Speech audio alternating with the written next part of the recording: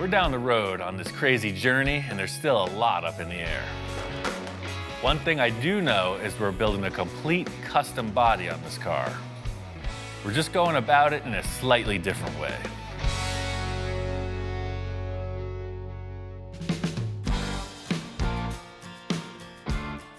Moved into a new lab, got a new workshop. The whole idea with this room is that you have plenty of clean floor space. One of the biggest challenges in everywhere I've worked is that there's always stuff, and I'm always trying to decrease the stuff. I got my tools, I got my dog, ready to rock. The whole idea with getting this in the room is now we are in the artist studio. I got the car up on these little roller dollies. We can spin it around, get up high, down low, nothing in the way. Because really, that's it. We gotta have that line, you know? It's gotta look good. Victor and I were up at Gene Winfield's. He had a whole bunch of fiberglass bodies, and I knew we had to go in that direction with this car. But Gene was molding cars that already exist, like a 51 Merc or a Ferrari F40, but we don't have that option. We have to create the car first. It's just like this car model. You know, imagine we had a full-size 57 Chevy, and we made a mold on it. We would end up with a car body just like this. We have to create our car body first. The cool thing is we can use any car part we want. We can customize it, hand shape it, whatever. It just has to be strong enough to build a mold on. We can move fast. We can make changes on the fly. We've never done anything like this before. I'm super excited. It's just gonna be a ton of work. The whole idea with setting up the car in the shop like this is it's gonna be a big debate between Victor and I as to how it turns out in the end. Set up these fenders just as a representation of something over the rear wheels. I know Victor loves the idea of this really low trough. You'll see the engine and the other components in here. This is directly in the way. First things first, I want to get into the rear portion of this design. Because it's a mid-engine, we both want to show that engine off, and there's a bunch of stock sheet metal I want to get out of the way, come up with some concepts for the back end. So this is an element of structure. I'm just gonna make it look way cooler.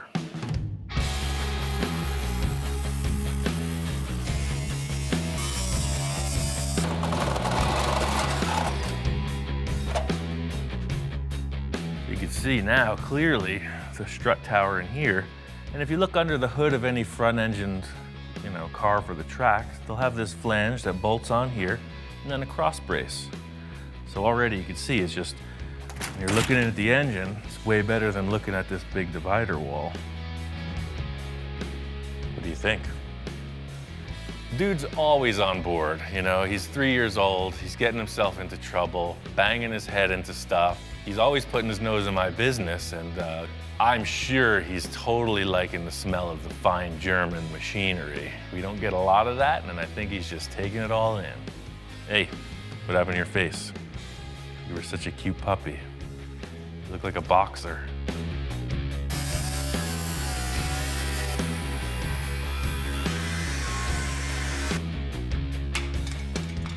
Getting all this metal cut out of the way, it's exactly what I was looking for. The engine will be exposed, but now I gotta put some structure in there, and I got a couple ideas how to make that happen.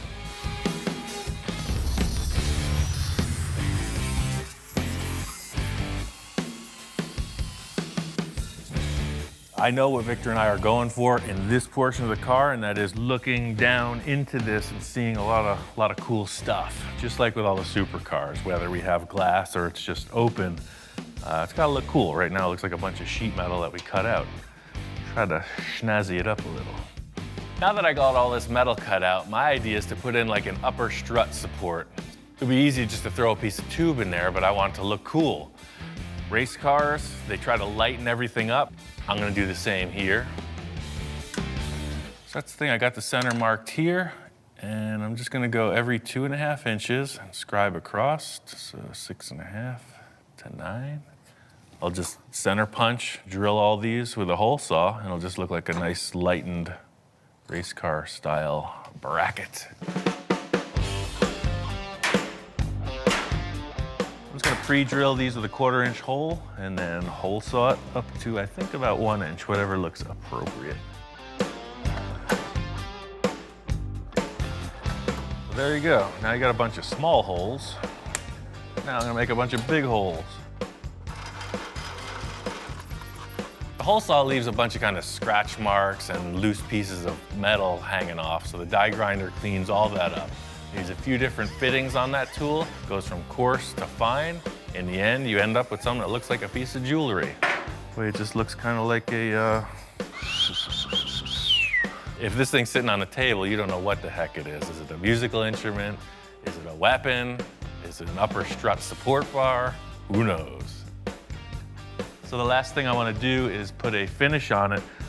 Eastwood's got this cool surface finishing tool. It provides like a brushed finish. You hear like brushed aluminum, brushed stainless. You see it on your refrigerator or something like that. And I'm gonna use that on this piece of tubing. That is pretty cool. Now I'm just gonna weld into the car, figure out how that floor area is gonna be raised up. This piece needs to be super strong, so I made these gussets and I could weld them in on each side of the shock towers. The next step is twofold. I need to create somewhere to mount all of this rat's nest wire harness stuff and create something that looks cool that follows the design Victor and I are looking for. Paper templates are the time-tested thing for sheet metal fabrication, so that's exactly what's happening here. It's always easier to cut some cardboard than to waste metal. You got a little something hanging off your chin there. I love the idea of what we're doing here. It's because my thing with any hot rod is you got this big giant engine, you're seeing mechanical stuff. And that's what we're doing. We're chopping the car down so that the engine components can transfer to the outside of the vehicle. And that's cool. Just laying this cardboard in totally cleans up the rear view of the car. I'm pretty sure this floor shape's a keeper, but I need to come up with some kind of representation of how the walls are gonna turn down from the fenders within my 3,000-pound paper folding machine. It's always easy to pick out what looks terrible. You just gotta figure out how to sweeten it up, and that's exactly what this envisioning tool is going to provide. Ready to show this to Victor. We got a lot to discuss about the designs in this rear end. Ian. Hey, man. You found the place. Yeah, I found it, man. What's going on? Wow, place looks good. Oh, yeah. That's the thing I was saying, you know, new building, new project. You know, I walk into the new shop, man. Ian's like all peppy, ready to go, just like he's inspired again. And now I'm starting to get inspired, going, hey, move over. I'm coming in. That looks good. The lines are lining up. Yeah, it's all just kind of concept, you know, something to discuss. Aside from it looking so cool with structure, you know, these are springs under here. They're gonna wanna fold in.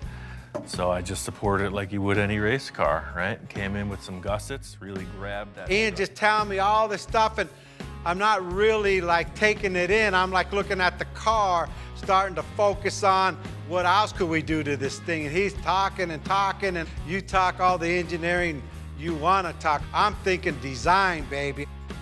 I love that you got it down low. This boxer was round. Exactly. Now we could achieve, you know, whatever vents or take the points down. You know, all this aside, all we have is some structure back here and this surface height. We need to figure out what the look of the back of the car is. You know, you're describing some kind of sculpted thing. All I've established is measuring points. I mean, I can't do anything more until we figure out what the look is. You know, what the heck is you bring in for this part? The mistake Ian made was he said, hey, you could bring anything you want. So, I mean, you can't tell me that. It's another piece to this puzzle. You know, 911 Carrera bumper. Okay, I thought it was something you picked up off the street. Oh, I see, yeah. Porsche 911. I was a little concerned because he brings in a Porsche bumper. We're working with a Porsche. We're trying to make something that doesn't look like anything out there. So, I don't know. I'm a little skeptical. I think it's gonna be too wide, but hey, you know what? What else is new, right? Well, it's exactly what I'm doing here. You're just stacking stuff and seeing what works. And Wow, that's freaking wide enough, man. Look at that. You know what? That thing ties right into the depth of the tires and everything. Completely.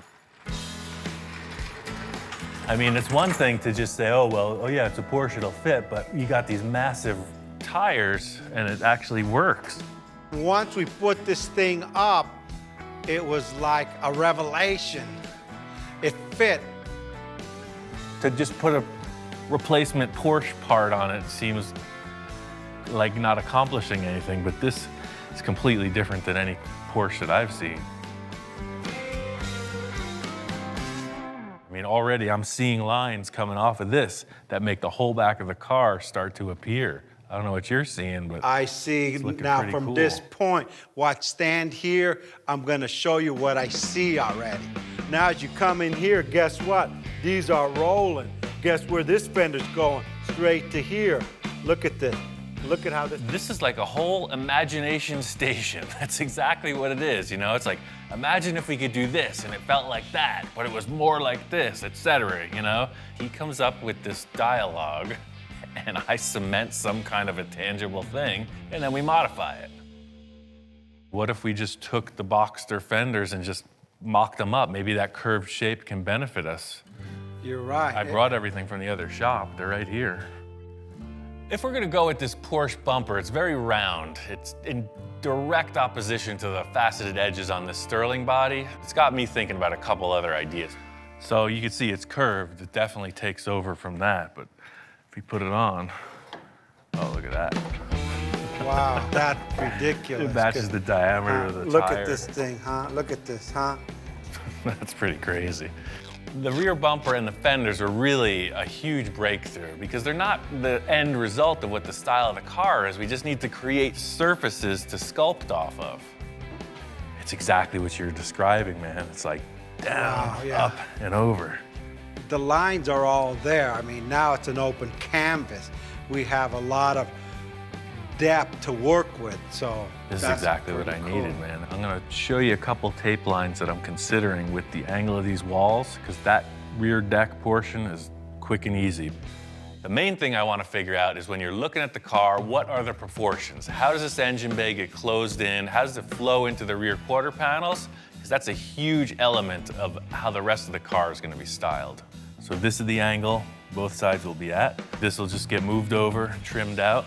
But these are our dimensions, you know? None of this is going to be visible in the end. This is just going to be a rolling shape that comes right out of that trough. Ian, what do you think about a slight curve on that? Well, I got the slip roller. Let me put it in there and we'll see. Look at that. Wow. Totally good call.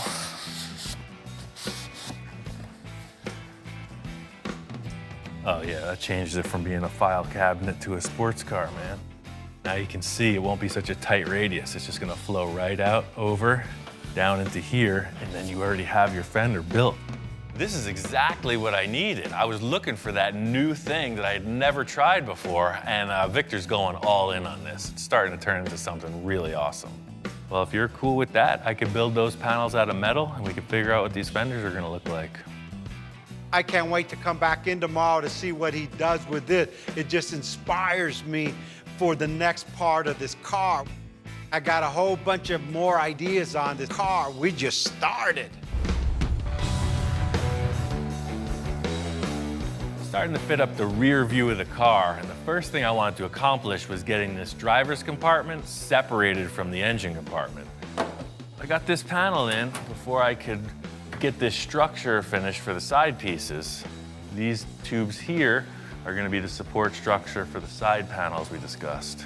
Victor's bumper idea, I think, is perfect, but what I had to do was suspend it and center it. I came in with some 3/4 inch steel tube and a bunch of small pencil rod, and now the bumper is mounted. This panel here is going to have a rear window in it, but I don't know how that's going to look until we get these sidewalls in. Victor and I are committed to this, so I'm gonna put the floor in and build the sides.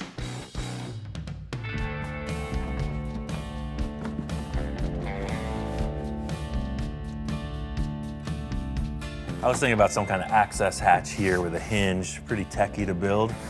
Victor said, why don't we just part it right on these two braces and this whole center panel just pulls out. I had all this scrap foam insulation outside, and And by setting that up on the insulation, you can just run the jigsaw right through it.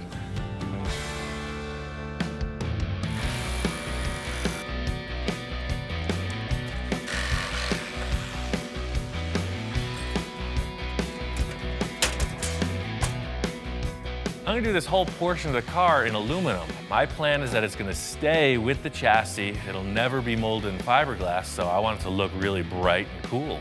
That's it. Piece of cake. So for now, these are just gonna get screwed down. It may hinge later, I'm not sure.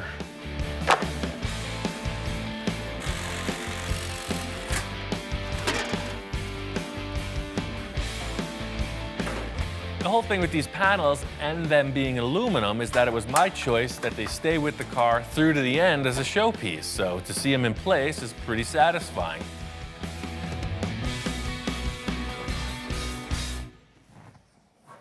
Just can never, I need like a holster for my magic marker. Like, whoosh. That's it, I'm taking applications now. Anyone familiar with leather work or anything like that? I'm looking for something size quadruple X. Quadruple X so I can grow into it. My senior years. That looks pretty good. I think to set this thing off, I really want to rivet it together. It's going to give it a real industrial strength race car look. But because this is a concept, I'm just going to mock them up with these self-tapping screws. It's a perfect starting point because the whole will later just get riveted back together. There's the last rear pan where the bumper goes. It's just gonna slip right in underneath the other one. I know that this is not the finished product we're looking at, but you gotta start with a good base, and that's all this is. This is a background for whatever enhancements Victor comes up with.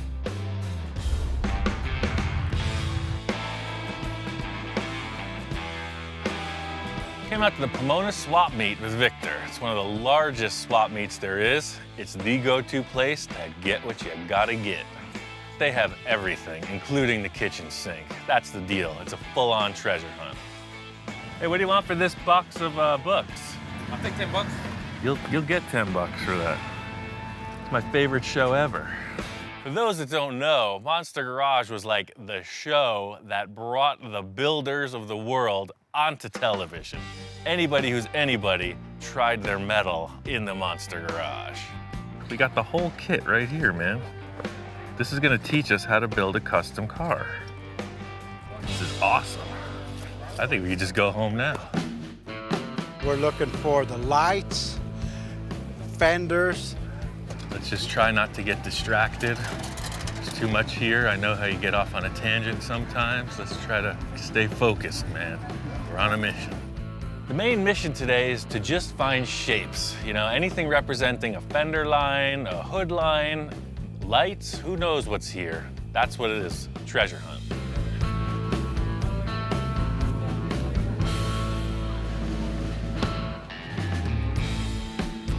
Now you know where I get all my crazy stuff. Yeah. This is like one of my main places to find all these parts that will fit any car that I got. Or I any like car how that professional their labeling is. I mean, definitely hit a few walls with that spray can style, man. It's too perfect.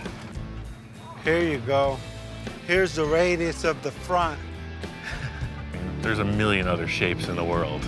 Just because it's an old Plymouth, you know. Try to detach yourself, man. We're on the better side. Remember, we make old things back in the new things, and hey, that car would love to be a supercar. Yeah. When it grows up, it wants to be a supercar. I know when we get back to the shop, I'm gonna see that next to it. Check this out. I could be Ian Jr. That one's even better than mine. How do I look?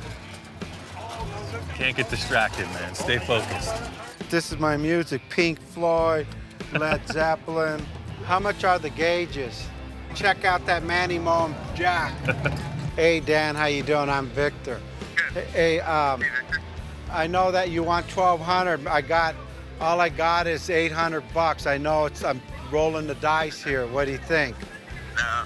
9, no? All right, well, we tried. You gotta stay focused. Don't get distracted. No kidding. Hey, I still am a collector of fine art. I know.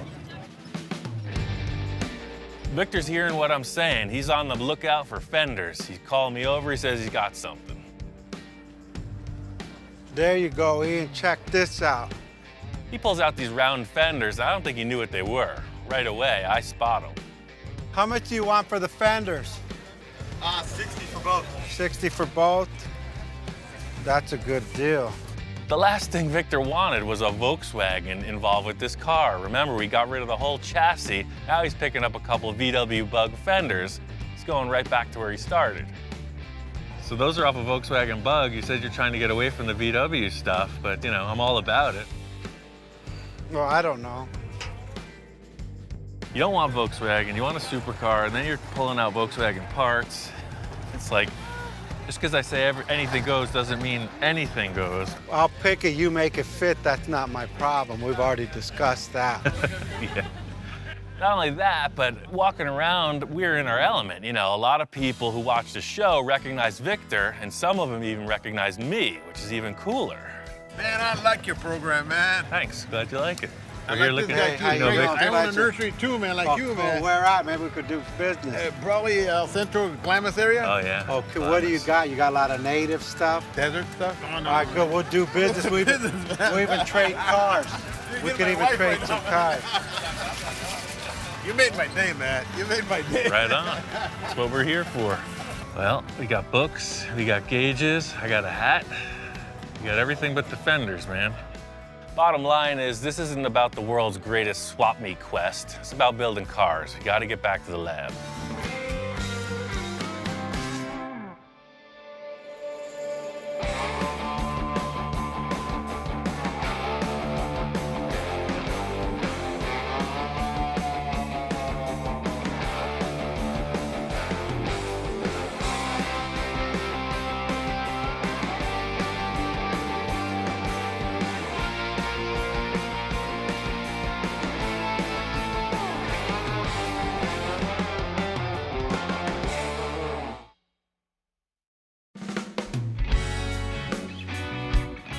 It's a long journey, but this build is beginning to take shape.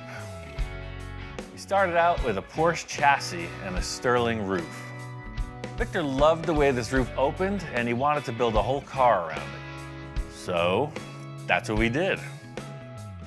Because we're planning on making a mold of the body in the end, it's allowed us to use whatever parts we want to design the car.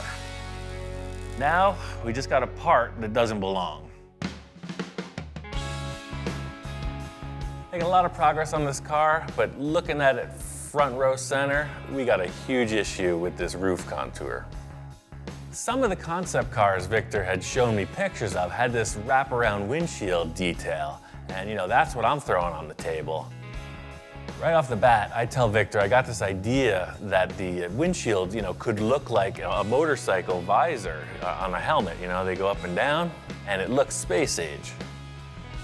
So by putting this round window, like you said, like a windshield of a helmet, Right. that will match this perfectly. Oh, Everything's curved, supercar, wrapped around window. The window comes up to get in and out, man, that would be like off the chart. So can you achieve that? Well, I don't even ask. My question is, When? when are you gonna do it? Well, I think first we'll have to make a paper template. Just like the rest of this car so far, we're going to build off of the Sterling body, create something new. Victor and I discussed the possibility of using another vehicle's windshield. I just don't see anything that looks like spaceship stuff, so we're gonna have to build it ourselves. The thing is, if the windshield is just one piece and it opens with the roof, that's super trick. You just don't see that on the street.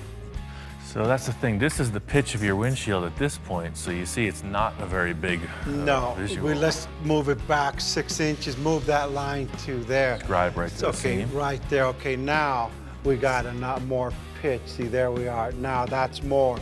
In the core, it's gonna come up. Just like the rest of the car, the Sterling is now just a template tool. So I'm laying up cardboard on it because I know it's even and symmetrical, and just seeing what kind of curve it'll offer. With this idea of this curved windshield, you know, a flat rooftop just isn't gonna look right. It's gonna look like somebody sawed the top of the car off, so it's gotta all contour together to complement the nose. Like you're saying, and you got your freaking rise. Yep, we got our little arc there. So I'm just gonna make an exact template of this window and we'll flip it over to that side. So this curve that's coming up around the back will then turn around the exact opposite. I think Victor's main goal with this roof is to do something you just don't see. You know, he uses these words, these big words like iconic, timeless, supercar. His loose perception of reality is easily translated by my forehands. So you want to create like a little dome shape off the roof, like up there, like That's that, right? it. That's what's missing.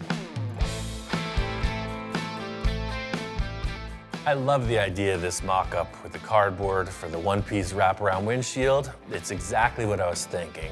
Motorcycle helmet visor. I think it's a keeper. Finally, we get rid of the ugliest part of the car, man. Let's just bury that sterling. We bury the rest of it. Just don't dig it up again. Dude, that was my inspiration. The Sterling started the whole project, so that hurts. And the Porsche Sterling, how do you think it feels? Oh, it's done. I think I sold Victor on this idea. There's nothing to it but to do it.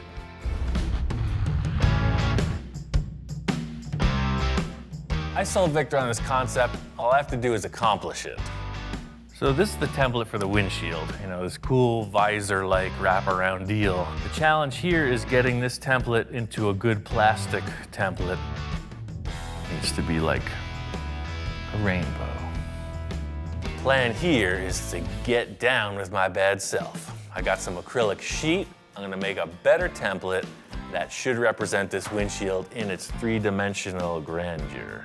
The reason I'm using acrylic is because it's very representative of how any material that supports itself will curve. The potential to create a glass piece in the end is totally possible by forming this out with acrylic sheet. Like I was saying with the paper template, this acrylic template still needs to be refined. The main thing I was working with here was this surface and the wraparound to create the new roof. You can see here, all these mismatch in spaces is just the simple second time around on the template. All I'll have to do is just take a tape order and increase it by that much all the way around. But that's the thing. We had to know what the plastic was gonna do on the roof edge before we could build it. I'm really happy with the way this windshield experiment is coming together. The whole thing is getting the roof contour to complement it. That's what's really gonna sell the concept. We know what the windshield's gonna do as far as what the acrylic template will allow. And now to build this top of the roof contour, you know, there's a million ways to go about it. You know, my first thought, maybe find another car roof, or maybe a giant shape that has this dome I can splice off and use. But I've got another idea, and I really wanna try it out. Nothing says supercar like a big bundle of cardboard on the roof.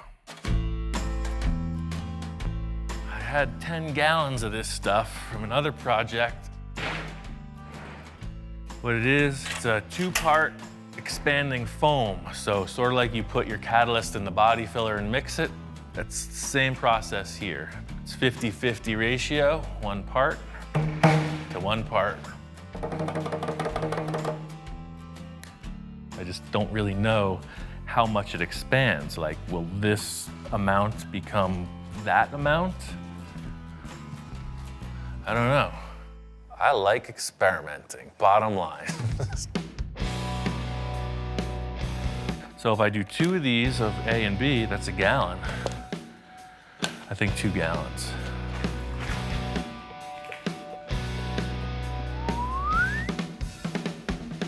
So that's 4 quarts of that. All right, 2 of those. And now you start mixing. The whole thing is if I pour it on the car like this, fully liquid, it's just gonna go through all the cracks. I don't know, I'm just mixing it up. We'll see what happens. I still got 4 gallons left. It just became twice the volume. Here it comes. Get ready.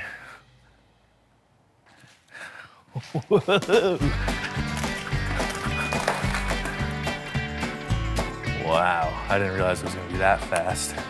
Wow, that was fast. Oh, we're gonna need more, totally. It's not stressing the barrier. It's growing just perfect. Uh-oh. We're about to experience a breach. It's still growing. The whole thing is, this is a huge challenge. It's the challenge of the lifetime, you know? Just trying to keep it festive, keep it lively, you know, always thinking of nonsense to get you through the moments. For the little 3-inch rise we needed, I think we've substantially overshot our goal. Shoot for the stars and you just right reach the moon.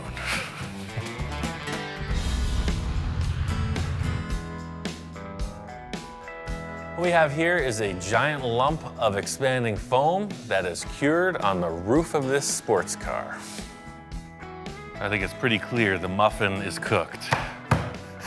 Definitely like one of those things you see coming out of the oven. Totally strong. That's why I use this foam, because it'll be able to be carved back and be a really good base for whatever we do, mold-wise. That's like Christmas morning. We're unwrapping that gift you didn't want. That gift from grandma, you know, the socks or the slippers, that's what we're doing. We're just, how am I gonna work with this? Time to get medieval on this. Like the great sculptors of yore, starting with a giant block of marble, I will create a masterpiece. Crazy thing is I only need about that much of this giant slab, so it's gonna take a while. It's safe to say I overshot the foam element considerably. This is a lot of work cutting it back. It's pretty dusty. The good thing is I got these big air cooler fans from Portacool, and they are moving the air and keeping things fresh. Kind of like chiseling through rock at this point. You know, you're just chunking away, getting these big shapes broken off. Got to smooth it out and get a little bit closer. That's what I'm going to use the belt sander for. Just eyeballing it. I know as long as I stay bigger than it needs to be, you know, anything goes. Wow, you got the sterling out of the sterling. As I'm getting sort of close, it's perfect timing, Victor gets here. I'm always monitoring his reaction. Looks positive so far. I put foam on the roof and then sculpted that back. So this isn't filler, this is a 2-part foam. You mix it up and pour it on the top. You know, him just walking in, I'm trying to explain. You know, he doesn't know where I've been. I'm trying to explain where I'm at. You know, see this angle, this complements that, and he's responding. You know what? Stand back and look at the side, because it's actually, check this out. I love the way that comes up and then back down. It gives you like, man, that car's going fast, and it's not even moving. Yeah. And no more sterling into sterling into sterling. Nope. Now it's just, I don't know, what is it? Concept, baby. Here, check this out. Now you get the look. That's why I got a solid black, so you kind of get the effect of it having a tinted window. That's the thing about making a model. You don't really understand what it's made of in the end. Pulling this protective coating off, you see a nice glossy surface. It looks like a windshield. That sells it. Yeah, see, now it looks like a windshield because it's got that black reflection, right? Wow. I mean, that's cool. I mean, that's supercar. Yeah. Everything I wanted. The round windshield, we got the curve on the top, needs a little bit of adjustment. Yeah, but now looking at it, you know, that's the whole thing. This just being a mock-up with templates, just with the way that the roof comes together, check out this line with the tape. You know, like that, so that this was the roof, and this line was kind of going back into the fender, you know? Yeah, because it almost looks like there's a flat top on it. That's a good idea, but watch, you stand back there, check this out. Victor's always talking about when you walk in the door and look at it, where does your eye go? What needs to be improved? He's saying that the windshield in the rear portion could be contoured a little, could be swept down a bit. And the more he's laying it out, it makes perfect sense to me. It does look way more streamlined. Let me spray that top of the window gray. We'll peel back the tape, and then we'll know what we're dealing with. This is exactly why Victor comes in periodically. He's not there for the monotony. He comes in, does a few checks, and then we move forward. And it gives you more roof. It actually looks like, you know, more structure on that thing. The modification in the back of this windshield area is just a perfect example of how things flow, according to Victor. One line makes the car look segmented, broken front to back. Another line makes it just follow through down into the rear portion. Yeah, so the whole thing is now on the other side of the car, it makes the roof look like it's just got a little cap on top. And by lowering that window line, it fits. Everything just flows right into the rear corners. It's them last little details to make these designs like work. Really happy with the way this roof concept has come together. There's just one more thing I got to accomplish to wrap this thing up.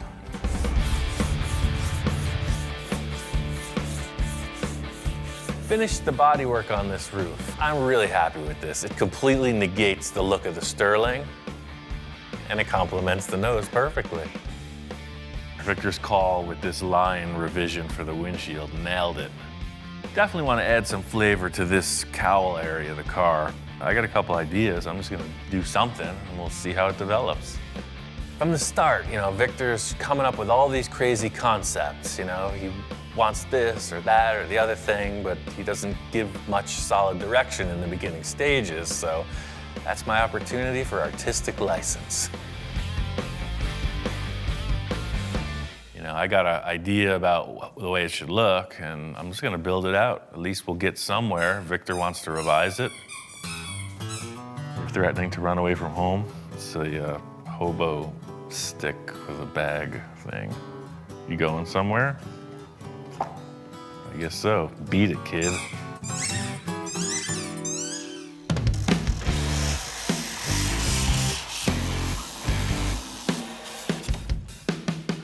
In simplest terms, what I've been thinking about is creating like a cowl induction look. On modern cars, air intake is right below the windshield, and I think this would benefit from a styling cue in that vein. What I want is for this windshield angle to be replicated in the vent here. So this comes down, steps up a little, and goes right down. So that's at a line. Take it off. I mean, no mercy here. That's why we're building this model. First things first is to just hack away a large portion of the car that we don't need. What this is doing is twofold. It's shortening the perceived length of the hood, but by sectioning it down, it also makes the car look lower. It makes the windshield dive down. You know, it's aggressive.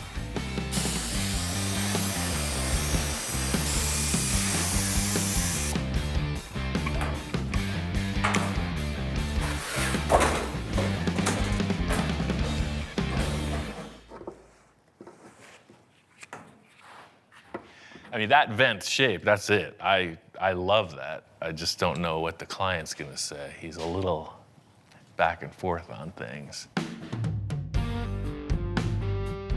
I'm into it. This thing took it from this bland kind of hood detail to something representative of a supercar. The thing is, with this just being a mock-up, I want to throw everything I can at it. You know, this is gonna be a vent. Just using this honeycomb mesh, which is laying around the yard, you know, what it's doing is just representing a grill, and that's what's gonna be here in the end, some type of vent. Sprayed it gray just to stand back and check it out, you know, matches the rest of the tone of what we're building. Looking at it, it kind of needs another element. What this thing needs is something to make it look more faster. It needs fins coming from the center, like that. Just like on the tail end piece. Check this out. Always thinking about how to tie this whole car together. We've got this awesome rear exhaust port look thing. It's got these fins on it. It looks rocket ship inspired, like it's flying or something. So hey, why not put some more fins on the car, you know? I want these fins coming out of that vent I just built. Same idea. This is one of the cutoffs. from those things. I'm just gonna transfer that right onto that. Put these things in place and see if we got something.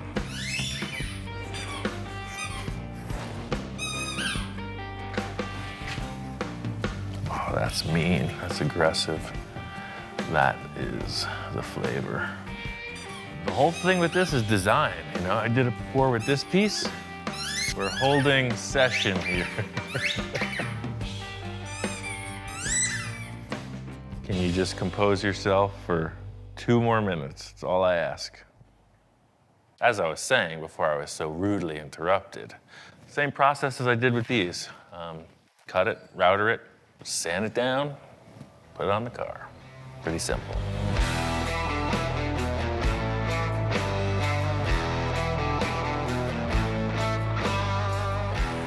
These little cowl fin things, you know, I want to make them out of aluminum. I want everything front to back to have the same stylized aluminum element.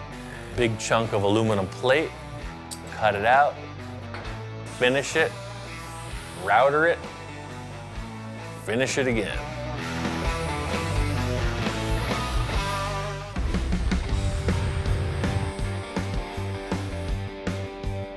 These little cowl fin things, you know, I want to make them out of aluminum. I want everything front to back to have the same stylized aluminum element. I got about 5 of these things made, and just as I'm finishing them, Victor's here. Yo, what's up? What's happening? What the heck you do to the car now? Well, we were talking about having an event, right? Victor, understandably, doesn't know what's going on. You know, I'm working on these aluminum shapes, explaining what's happening. He's just kind of trying to take it in. Well, it needed something. You know, to me, the hood was just looking too long, so I created this vent around the windshield. And what's this all about here? I don't think I want cardboard here. He's all questions at this point. You know, I'm trying to describe it. It's like, hold on, let me just put them on a car, show you what's up. So just like with these cardboard templates, you know, I made 5 of them, and we can space them out however you think is appropriate. You know, they're oversized. So, you know, something like this. That way it's like, however we fit it out, you know, they look like they're jutting out of the vent, you know, aerodynamic. What do you think? Yeah, I really like that. That's like, it gives it another dimension. Look at now the Little car's jewelry, like yeah. flying without flying. I didn't want a spaceship. I just want a supercar. You gotta know I'm in the spaceship business, man. Victor really likes this shape that I cut out of the front. He loves the idea of these aluminum fins. He's just got a couple ideas about their final contour. At this point, it's simply trim and fit. You know, we're gonna make the taper on this double-sided instead of like the bullnose flat front, and it's very minimal. Same look, just a refined concept. Yeah, what a difference too. And by doing that, the air comes in through the, you know, the front of the grill out to the roof and over. It's like I could see this in a wind tunnel. All these refinements look really cool. Victor's totally on board with it, you know? Everything's really coming together. The big issue is there's a huge hole in the side of the car. There's nothing there. What's coming up could be the biggest challenge yet.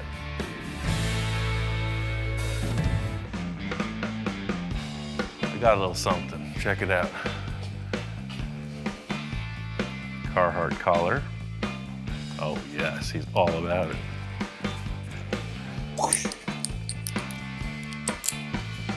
Check that out. High fashion for dogs. But wait, there's more.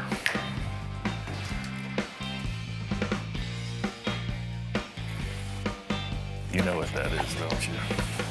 It smells like a fresh, new dog bed. What do you think about that? Oh yeah. Oh wait, you're twice the size you used to be. You like it? Very good.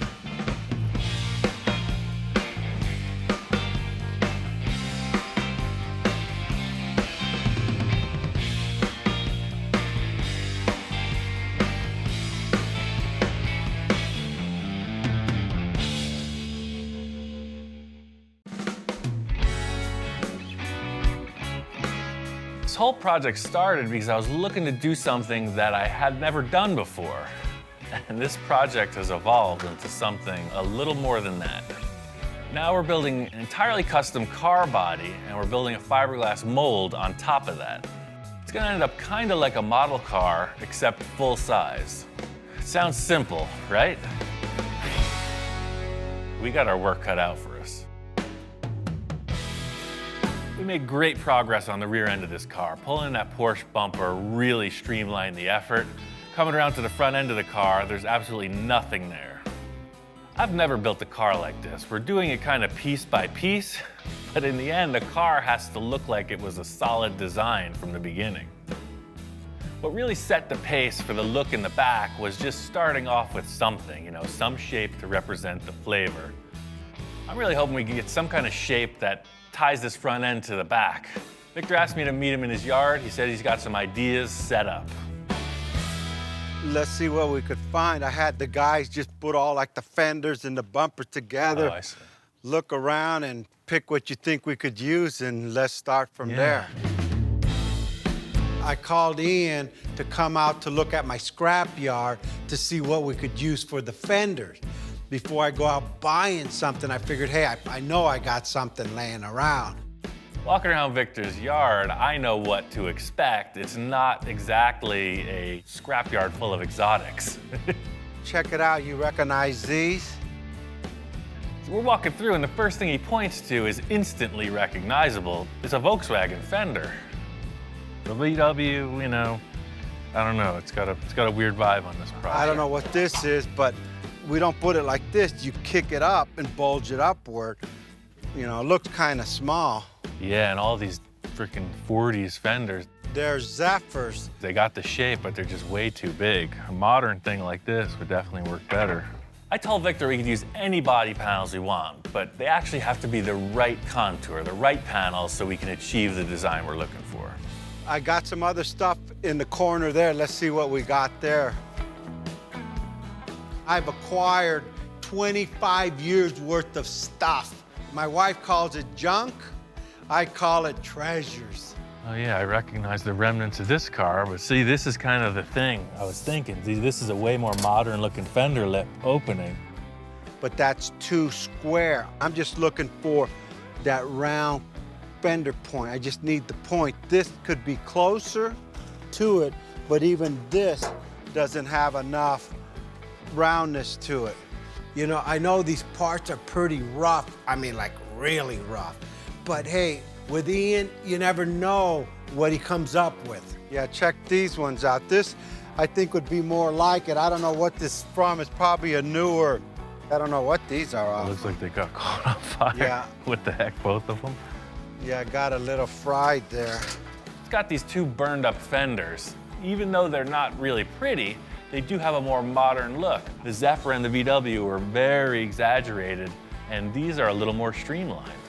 It wouldn't sit like this. There again, we kick it up. You open this up so it goes around the tire, and we got this little arch here so we could go down with the hood. That may be something you could work with. What do you think? Victor's got a lot of wild ideas. He's totally shucking and jiving. He's giving me the sales pitch of the century, saying we can pull this off with the parts that he's got. We just got to get them in the shop, see what happens. Just like everybody says, hey, if you build it, I will come. If I give you the points, Ian will make it work. Right. That's my philosophy. Here he goes. He's pulling me into another three-ring circus. Well, what's up with this bumper here? What the heck's this about? Building projects like this behind my back? It's something I picked up at Pomona. I mean, the price was right, I didn't need it, and I bought it. Looking at this bumper Victor has, it's definitely from a tuner car. It's not really the flavor we're going for, but it just might be a starting point. I don't know if this will just fit right on the car, but it's like the rear bumper. It's a perfect starting point. We'll change the styling somehow, but it's already a fiberglass bumper. All right, let's try that out. I'll grab Yeah, the you got two two fenders. fenders in this. See what it does. Pretty loose looking pile of parts we got here. There is some potential, we just got to get it in the shop and see.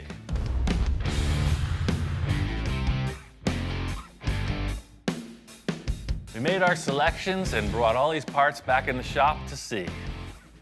We're working with nothing here, blank slate. First order business is to try to mock up some parts. The Sterling's square, and that's just not what we're going for. You see, 'cause, I mean, everything's out of proportion, but the way I seen it was like this. I'm just looking at this point going down into the hood. All this will be discarded. This is all I'm looking for, and actually up higher. The whole style of the front end we're trying to create here is sort of like raised fenders, super low hood height. Put these burned up fenders on the car, and it's sort of the direction we're looking to go. These are already way better than the Sterling because they're so much rounder. You know, we're getting away from this flat, faceted shape, and you got an arch, man. It's working. It kind of fits. This is how Henry Ford did it. I'm sure. The only thing he didn't have was cordless tools, man. The concept we're creating here is nothing different than any customizer's ever done since all this started. You know, you have some handmade stuff, but you're using production pieces and you're warping them into your own new flavor. I mean, looking at the rear fender, you know, again, you're gonna enhance it a bit, but it's a way better starting point than that flat Sterling thing. And still, I know you're gonna want it way more up in the center, but see how we can just do the same thing as the rear, just pie cut it, segment it, pull it down, and we'll just have to add some kind of curvature to the top. I can see these fenders getting us to where we need to go, but I really want to put on the nose piece too. You know, it's all got to work together. It's pretty loose, man. It's the face only a mother could love. Yeah, to be frank, it's terrible.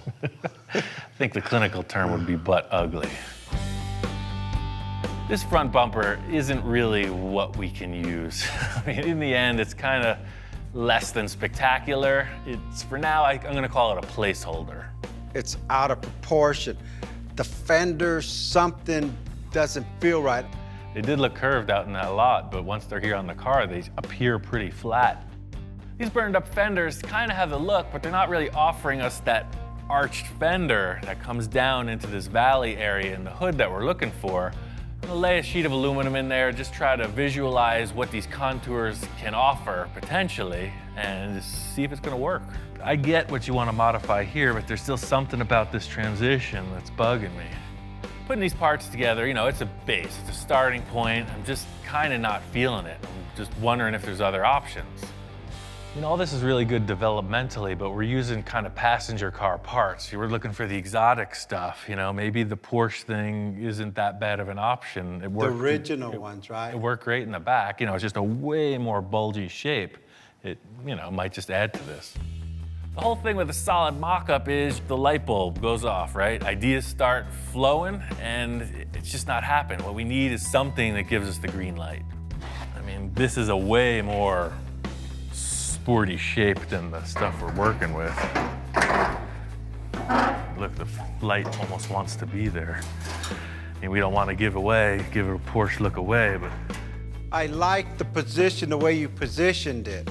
It just, the lights are bothering me. It's not what I'm envisioning. Yeah, I agree. They're a dead giveaway. You don't want it to look like a Porsche, so I'm trying to figure out how to cheat it a little, you know? The car's definitely wider than it was, so kind of change the angle a bit, you know, exaggerate the proportions, and it might work. This is way more representative of that transition to the valley you're talking about. I mean, maybe a Porsche fender is kind of the best option.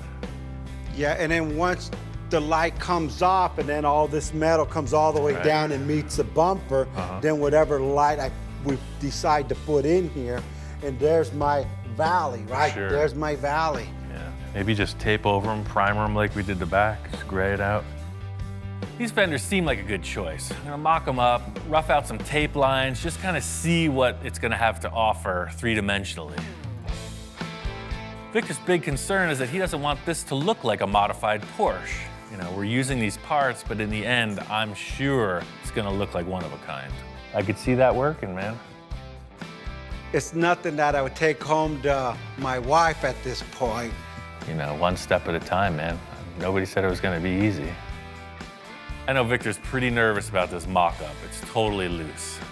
I got a couple ideas. I think we could pull this off. I just gotta pull another rabbit out of the hat. You got a general idea of how this thing's gonna look.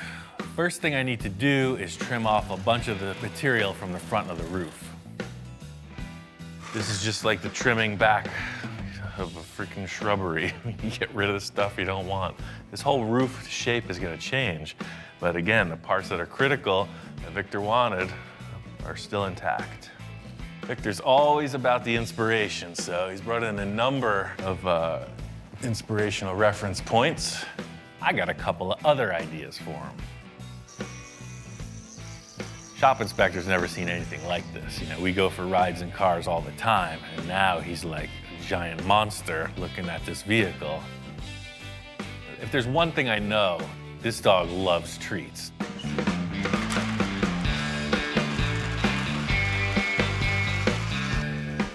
Supercars. Super dog food delivery. Aside from all the busy work, you know, we got a car to build, on to the next. First thing I want to do is get rid of these headlights, cut them out. I definitely want to do something way different on the nose of this. This is way better than those other funky parts. These fenders are just perfect. Because of the rim and tire selection, you know, the fenders were not going back in their stock place. So what I did was I moved them out, changed the angle a little bit, raised them up. So, you know, even though they are Porsche fenders, they're nothing like it if you put it side by side. It's pretty impressive. But again, there's a giant hole in the car. I'm thinking about one thing that just might work. There's one thing about that sterling is it does have the flavor of what we're looking for. Just like with everything else, I'm gonna use the portions of it I think will work and cut out the rest. Love this surface. You can see we're right on this area Victor said he was committing to. This height flows perfectly up into here. Right here it starts to rise up, and that's the area that is a foul. Like with all the other components on this car, you know, we're trying to make it our own. The sterling hood's getting trimmed way back. I'm just using the portion of it that represents the profile I'm looking to achieve. Perfect. It's very curved, even though it made it look flat to the eye. And by screwing it down, it gives us a perfect transition to these fenders. Just by removing the scoops and kind of trimming it back a little, I think this hood's gonna work. I just need to make some simple structure to attach everything, and then it's on to finish work.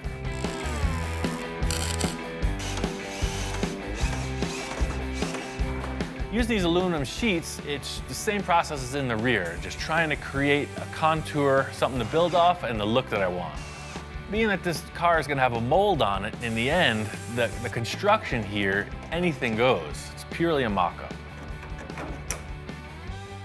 Now we're getting somewhere. This is all about the concept. I'm gonna tape some of it up, spray paint it, sit back, check it out.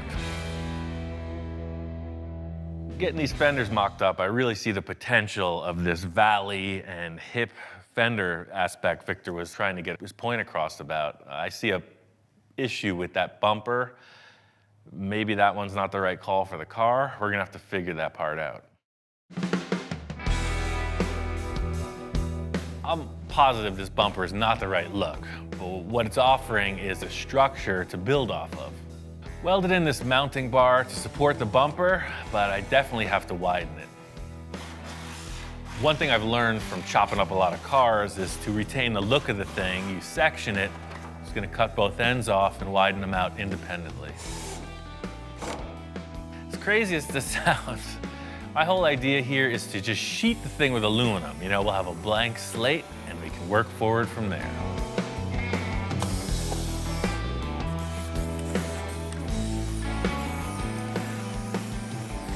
If you hold your hands just right and squint hard enough, it's really starting to look like something.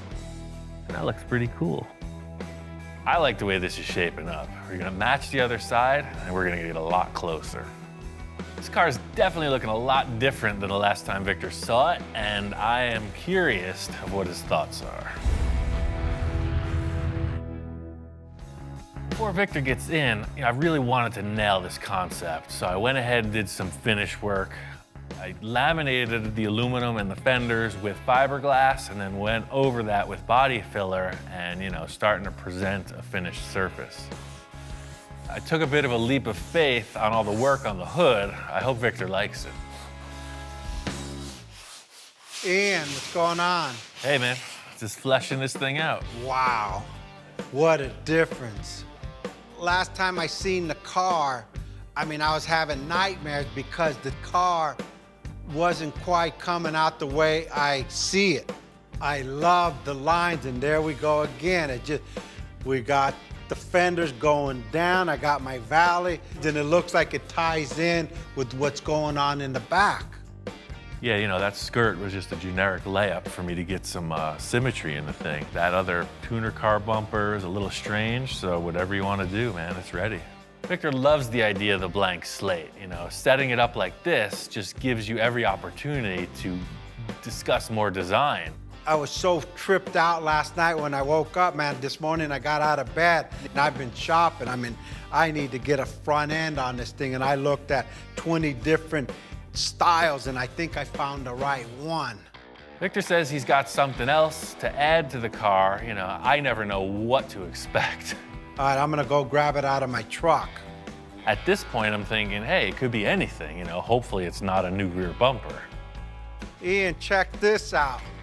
You won't believe where I found this. What the heck is that off of? It's a Lamborghini front end. Wow. Found a Lamborghini junkyard. A Don't ask Lamborghini me junkyard. what year.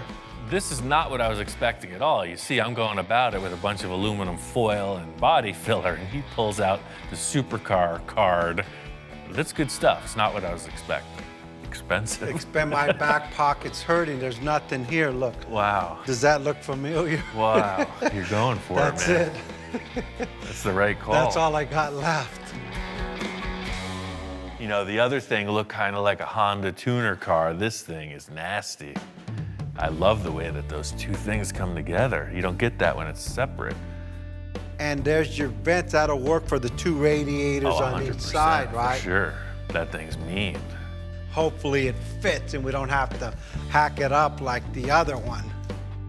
Just mocking up this Lamborghini nose, it's the look, you know? It's night and day between what we're starting with, that tuner car bumper, and this. It's like a super aggressive, really low. It's just a whole higher level of design. You know, sometimes I come in with something or use stuff I have laying around, and I gotta really pitch these to them. So I walk in with this Lamborghini front end. I knew I wasn't gonna have to pitch too hard. On its own, it looks freaking awesome, but to get it to fit with the car, we're gonna kinda have to change everything. We're gonna have to blend out all those hard edges. We're gonna have to cut back 90% of the work I just did. I got a couple ideas, man. The thing is, just get out the tools and try to make it work. But anything you cut off on this thing, could you save it so I could at least hang it on my garage wall? Yeah.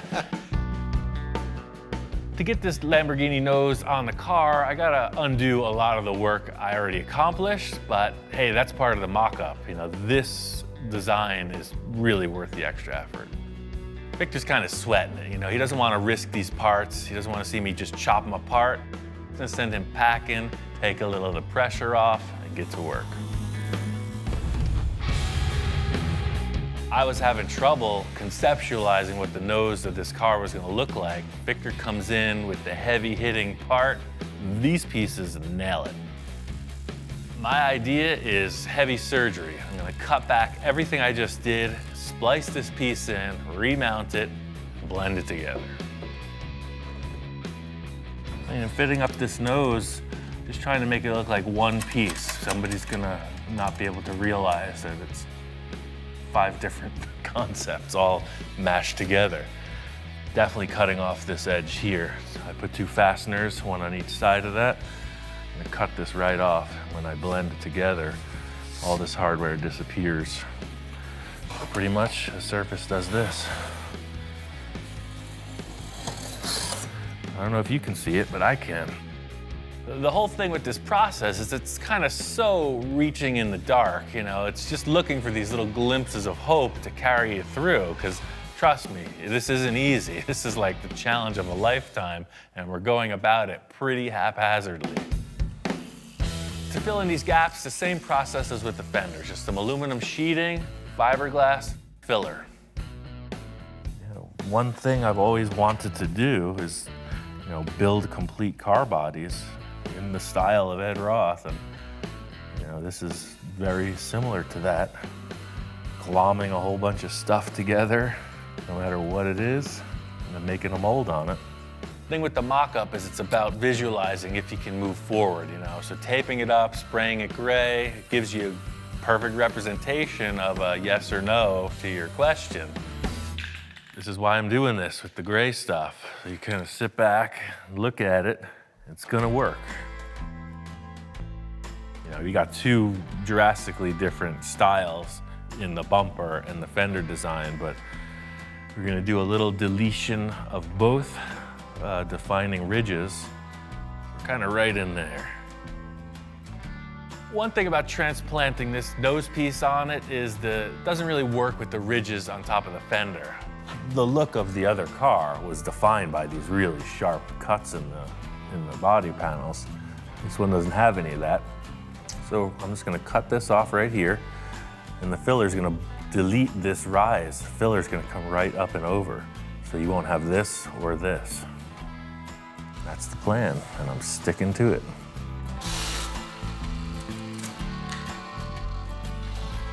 Victor gives me all these exotic car parts, and I get to destroy them. It's the best job I ever had. In trying to make this thing look a little less identifiable, on the side vents, you know, we softened the edges on that, trying to get away from that, round it off a little bit, and make it our own.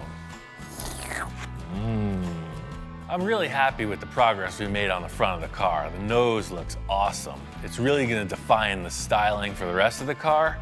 The roof needs a ton of work, and there's no sides on the car. We got a huge challenge ahead.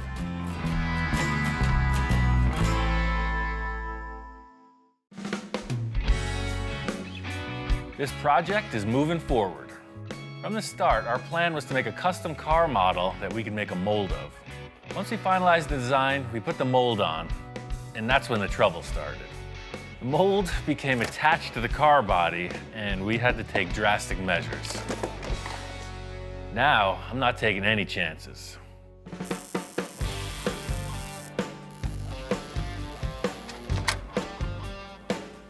Ian, how you doing? Good, man. Still building. What the heck you doing now? I walk in today and Ian's got a structure on the structure.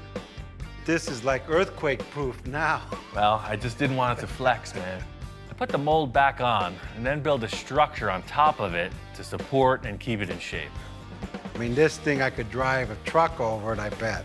I said, Ian, dude, are we in the tank building business? Come on, man, just a structure, not a tank. We're not going through walls with a mold. So does this thing come off or what? Well, you saw how easy the front came off. We can just hope for the best. I made all my best efforts. Just in case it doesn't crack right off. I got a couple things to work with. It's time to pull this mold off the car. Got a bunch of fastening screws in place. I was really mindful of what happened during the process, trying to mark everything, but the foam got a little out of hand. I'm just hoping I marked all the screws. That's all the screws I can see. Hopefully there isn't a couple down in here. There it is. That was the sound of success. Let's see what it does. Hold it. It feels like something's Yeah. holding. Yeah. There it is. Yeah, it's right there. Right there. I can see it. There it is.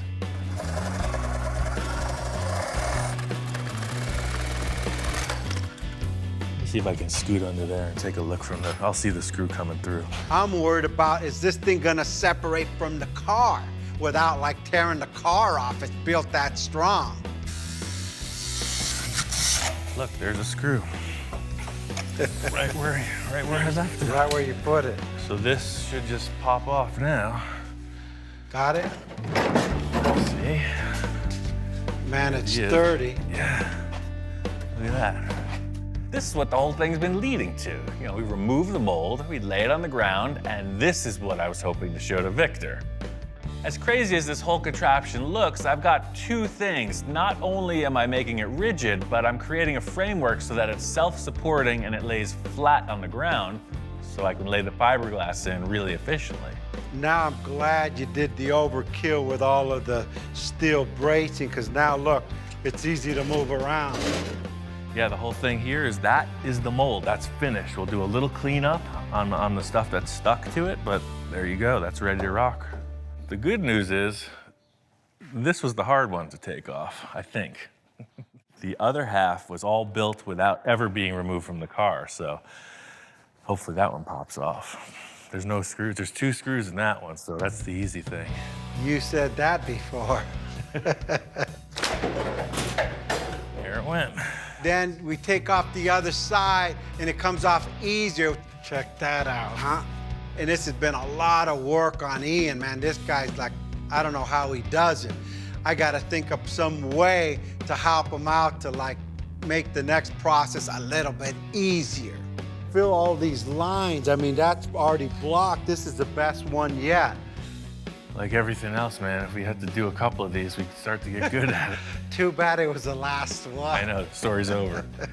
Now that my reinforcement idea works, I need to do it to the rest of the mold, and then we're on to the good part of the project. That's laying up the final car body. Getting ready to reinforce the mold on the front of the car. First part of the process is twice the release compound, really thought about how the thing would detach. The next step is to screw the mold into the body to make sure that it doesn't flex. The next part is just basically smothering the thing in expanding foam. I felt like expanding foam was a really good backer because it covers a huge surface area. It ends up very rigid and extremely lightweight. All the screws are marked with blue tape. Pretty much all I'm going to do is I'm going to build a flat tabletop on top of this with steel tube. This whole steel web is just kind of encompassing. The one standard I need is a flat base plate for when this whole contraption flips over. It goes on the car basically upside down with all of these legs that attach it to the mold parts. This mold has to be perfectly rigid. The next step of the process is casting the end result car body. This whole structure really parallels myself in that it's super gnarly and ugly on the outside, but it's what's on the inside that counts. Silky smooth. Ian, how you doing? Good, man. This thing is ready for action. Man, this is like artwork, like Warhol stuff. Look at all the lines and stuff. It's contrasted to the different elevations. Shoot, you're getting pretty good at that. Purely emotional. It's got a lot of feeling. All right, let's see how good you did this. Yeah, see, exactly. What a difference. Yeah, and then You it'll have flip over. structure.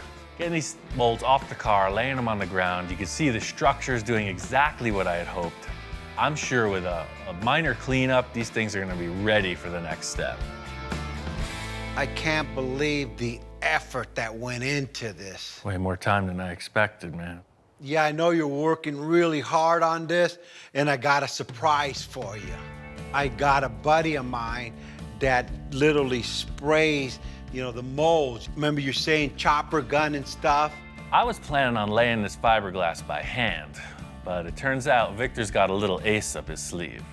Last week, I told him about these fiberglass chopper guns, and it turns out Victor knows a guy who's got one.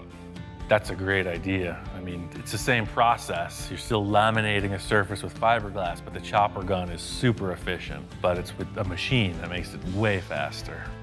They get in, they spray this fiberglass in there. What it'll take us a week to do, he'll do in 2 hours. The hard work's already done. Yeah, because the process is redundant at this point. You know, we went on our big fiberglass adventure. I love that idea. I'm excited to see a shop that actually does this work, see what they think of my mold. Any craftsman is gonna be interested in what the other guy's doing, so I'm really looking forward to checking out how these guys roll. Here at California Art Products, Victor knows people. He's got his buddy who has this facility that makes incredible pieces of art. They make molds, they make originals, reproductions, you name it. Their whole business is mold making and fiberglass casting. So we set him on the trailer and brought him in to have Andre take a look. Victor and I go back quite a few years, and Victor gave me a call one day and said he had this great car mold he wanted to bring over and have us mold it. I guess in some of the landscaping things Victor had worked on, they wanted some kind of cool sculptural element. Apparently they needed some fiberglass horses, and that's how this all came to be. You know, ultimately, Victor and I became pretty good friends. It only makes it more fun if you're working with a friend.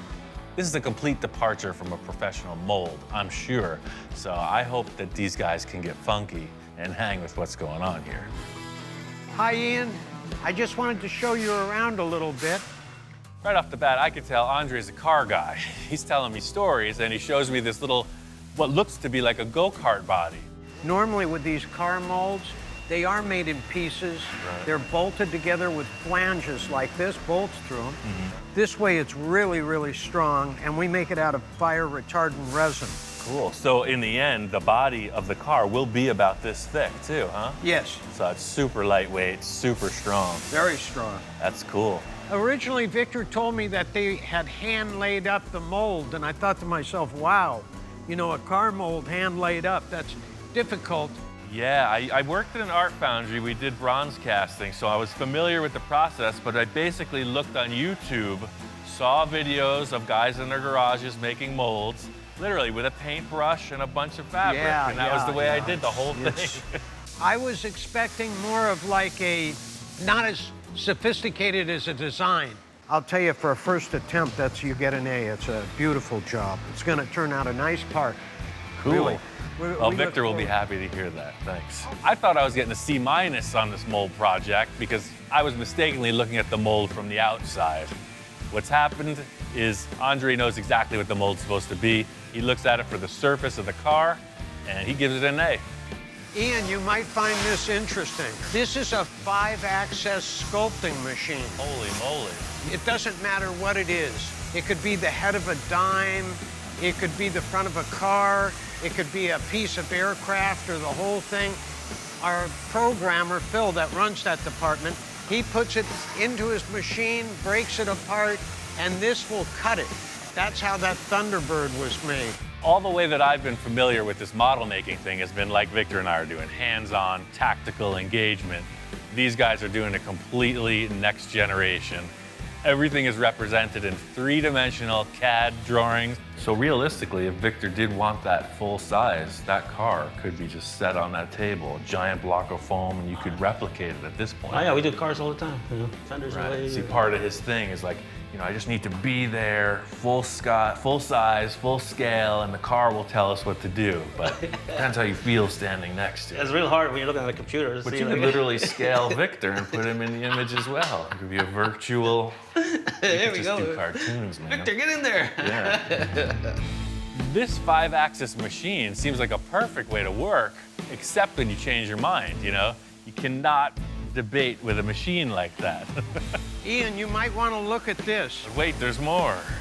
Well, this will give you an idea of how delicate this thing will cut. See how thin those wings are? Wild. You better hold it for a second. That's freaking crazy.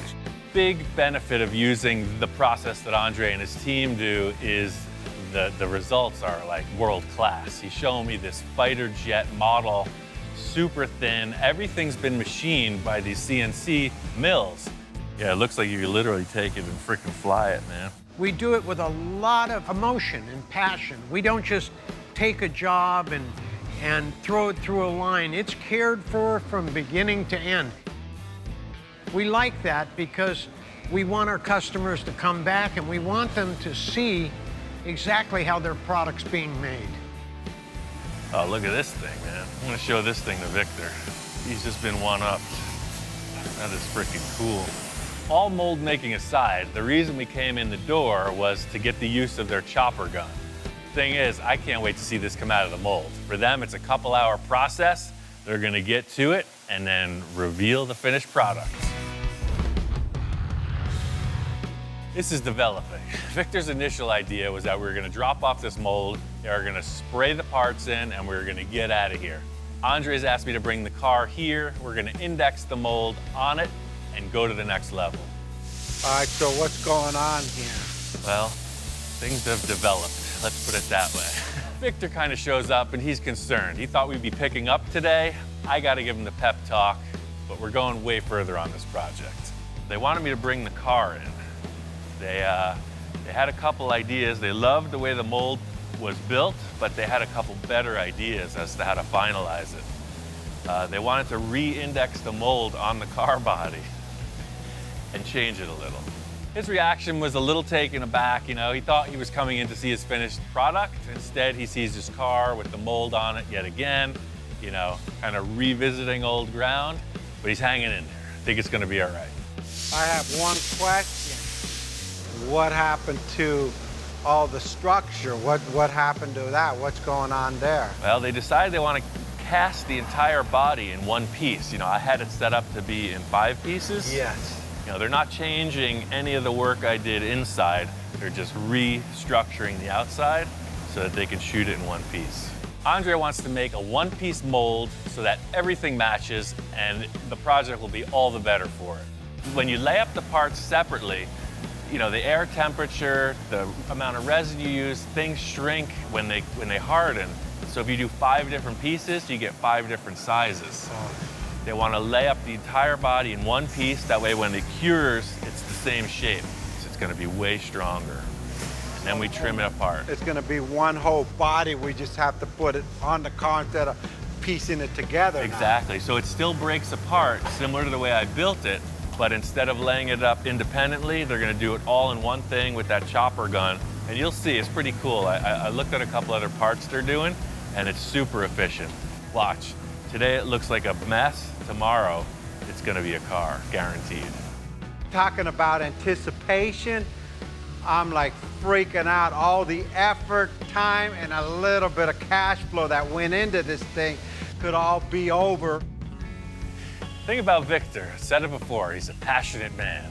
When he wants something, he gets it. So here we are.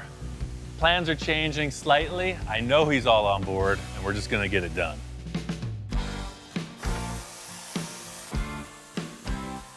My mold is just about there.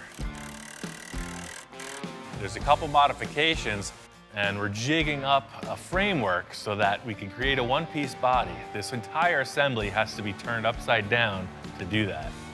Once we figured out how we're going to tie all these pieces together, put it on a rolling dolly. That's going to allow this thing to be moved through the various stages of the process. I was interested to see how the pros roll, you know, how they do their thing, and it's exactly mirroring what I was doing. You know, they set their mold panel up, put a release agent on. They're using something a little bit different, a little more powerful than what I was, but same idea. You just set up the part, laminate it, and then put your fiberglass in. The only difference in the way that they apply their fiberglass is that they use this chopper gun. It's super efficient, and it makes a very dense, lightweight panel. The thing about this chopper gun is its production quality. Super fast, yields professional results. These guys got it going on. I can't wait to see how this comes out.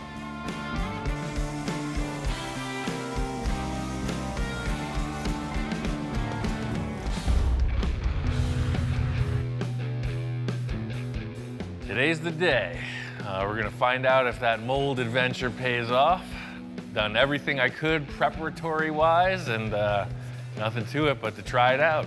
It's the moment of truth. Walking in on this thing, I see this giant contraption.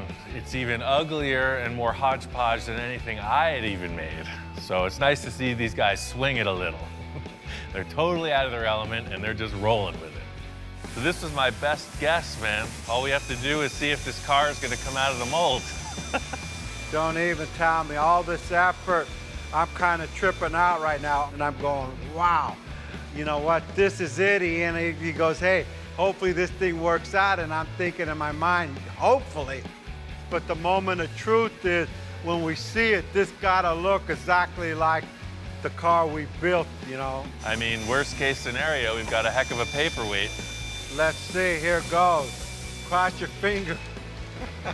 Shoot, me and Ian look at each other, said, let's see if these guys can release this thing.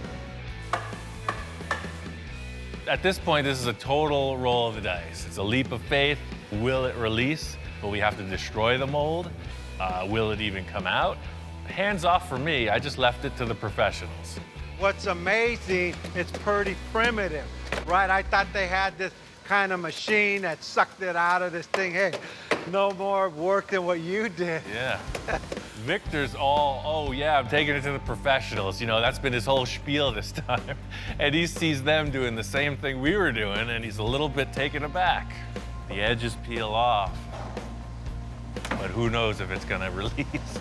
Worst case, we can cut the mold apart and find the car in there, but I don't know. They're having some trouble, man.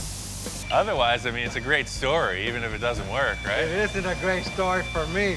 Look, the pressure's on. I see these guys with pro bars, all this stuff. I'm going, man, these guys are gonna crack this thing.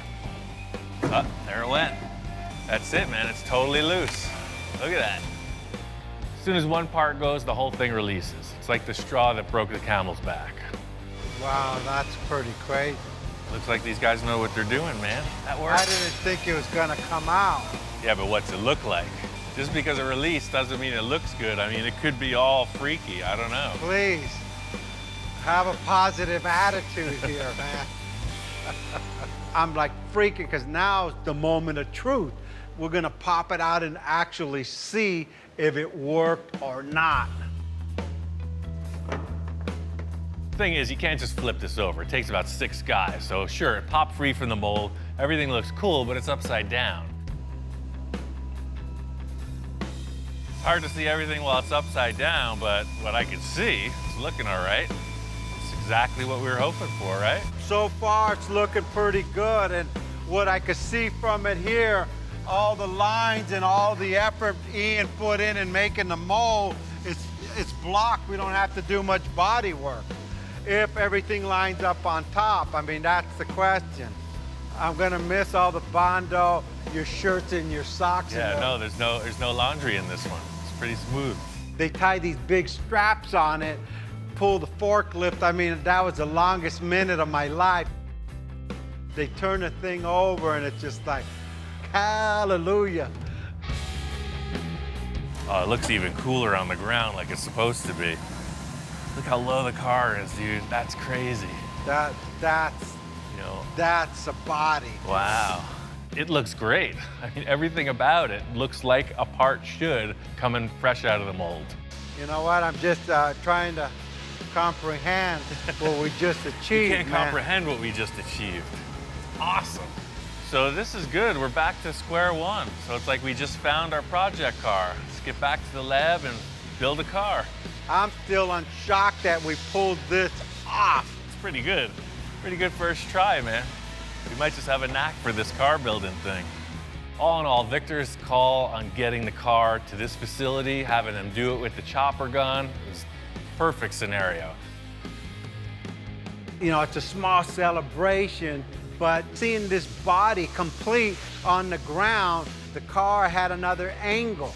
And I seen things that I didn't see before. So there's other things that we have to modify. Don't tell Ian. I'll freak the guy out. I'll wait about a week. I don't want to lose him while we're ahead.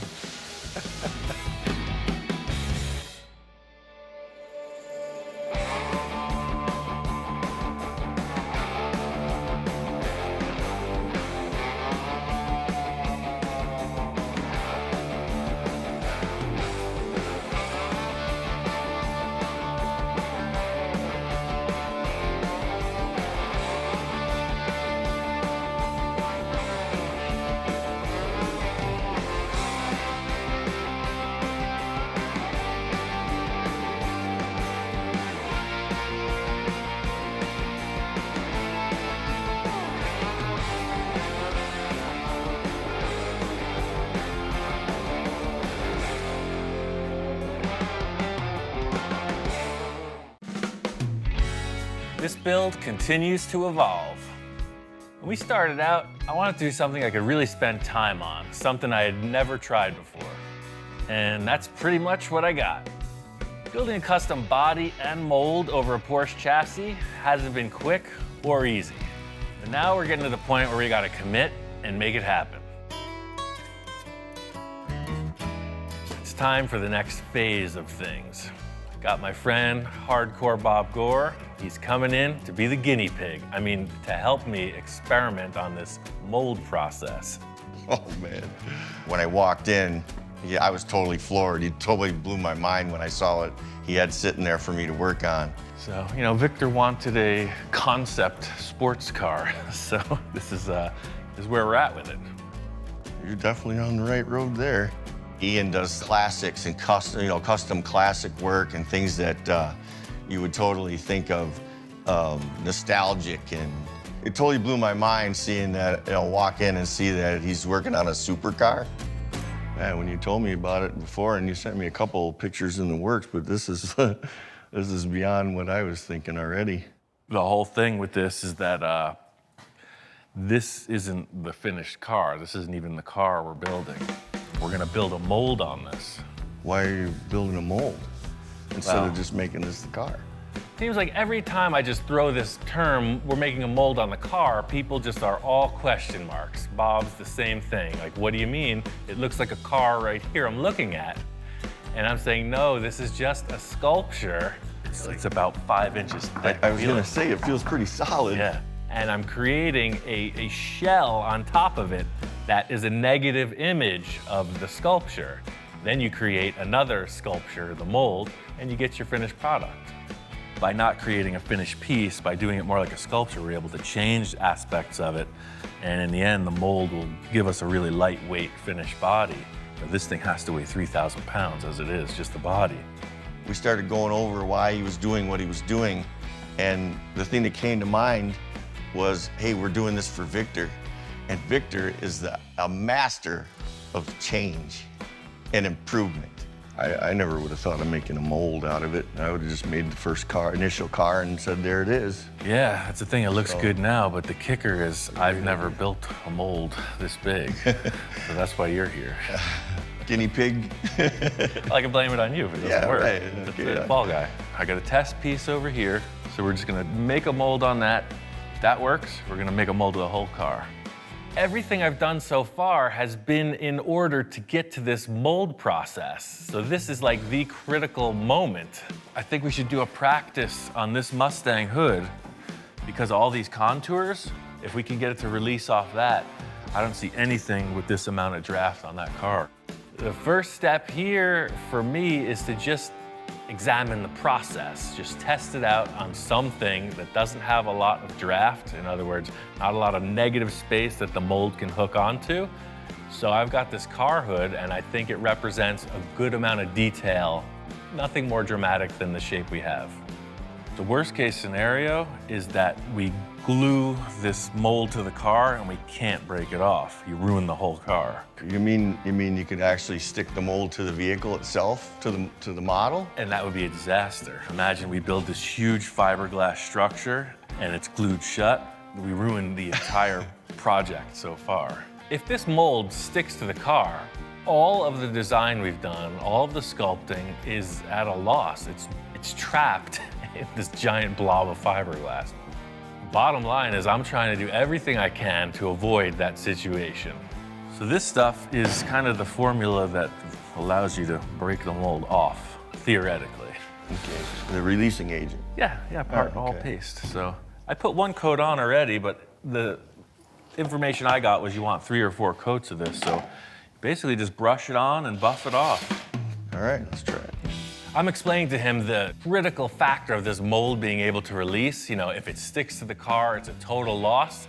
So in order for the thing to not stick to the car, it's all on you, buddy.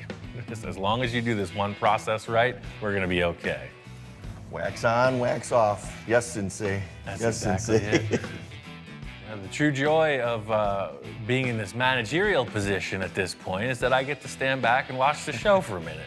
You know, I'm usually the guy thrashing, sweating it. I got the agent on there. What happens if I didn't get it on there the right way? I don't know. That's your job. Through this whole thing, Bob is super concerned. You know, he's taking this to heart like it's his reputation on the line if it fails. Bob's got this covered, I'm sure. Just have a little lunch break, watch the process. Can I have a bite of that sandwich, man? Oh, sure. After the release agent's in place, the only different aspect of the fiberglass process is putting this layer of gel coat. What the gel coat does is creates a nice smooth black surface. It basically keeps the fibers in the fiberglass off of the surface of the finished mold piece.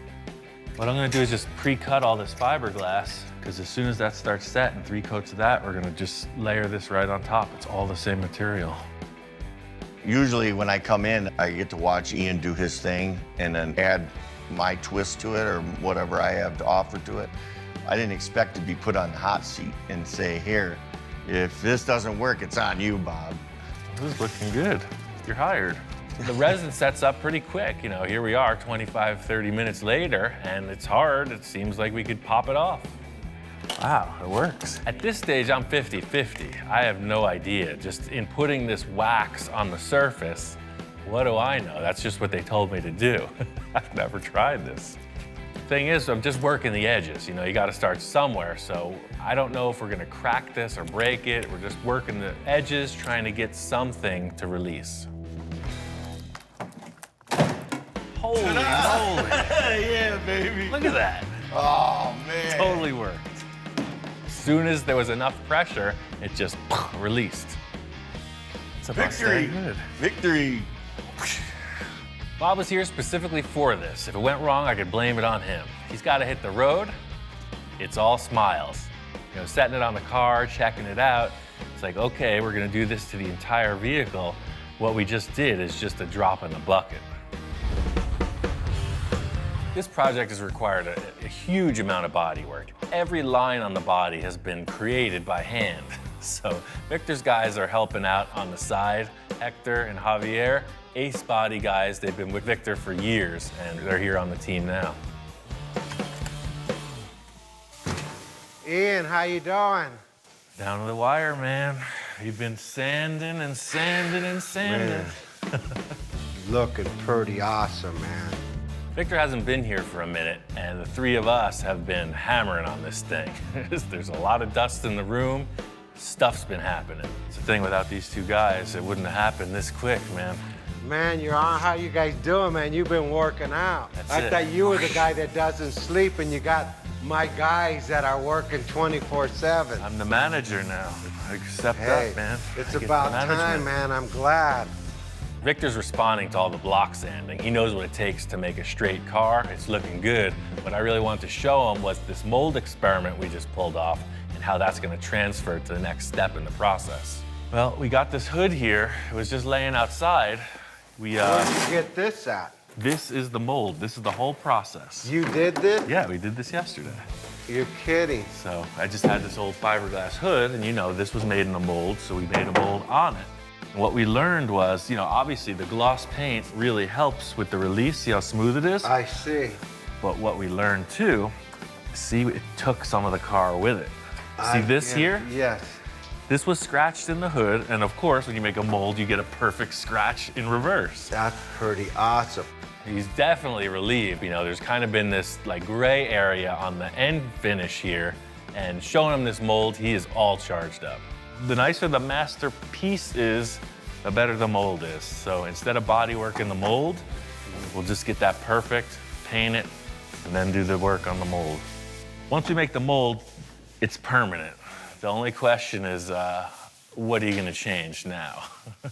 Well, that's the question. You know me. It's your last chance. Yeah. I'm all amped up to get on with this, you know. I've got my salesman suit on, and I'm telling Victor, now's the time, man. It's gonna happen. If there's anything you need to change, speak now or forever hold your peace. All right, well, let me give it one last look then. Victor's sweating it, you know. He's a man who loves to modify stuff, and he's taking it to heart, you know. It's like the guy at his wedding, and he's not 100% sure. It's like, dude, is it yes or is it no? You know what, Ian? I'm committed. Let's go for it. No more changes. I'm done. Praise the Lord. The debate is over. Victor said he commits. He's going for it. The thing is, the mold requires that nice surface to release properly. What it means is we're gonna have to get this car painted like final nice gloss show car finish. It can't just be primered. We need a gloss because the mold reflects every defect. So just as if we were finishing the car, completed, detail, line, block, buffed, everything, huh? And I mean, the sad thing is, that would have been like finished, ready to like, you know, show the world, right? We're But just now, starting. We're gonna tear the whole thing apart, literally. I'm gonna Exactly. cry. I want this cut up so I could put it in my room. I know, that's the thing. All this work, and now we're gonna destroy it. That's it, Victor gave the word. Go ahead, get this thing finalized, get it painted. Let's get to the next step. Got this thing painted, dialed in. It's looking good. The whole concept here was the color choice will not be represented in the end. It's a gray tone. The main thing I wanted was a reflection. That's how you can look down the sides and be sure they're straight. That's what we need to get this mold going. This thing is really shaped up. You know, all that block sanding totally pays off when you get a clear coat on it. It's time to get on with making this mold. First things first, I want to get the car up in the air, stable-like, because I'm gonna have to do a lot of work and underneath and around the fender wells and stuff. I got these quick jacks. They'll lift the car almost 2 feet. Really cool. I don't like to have a lift in the shop, but they always seem to be in the way.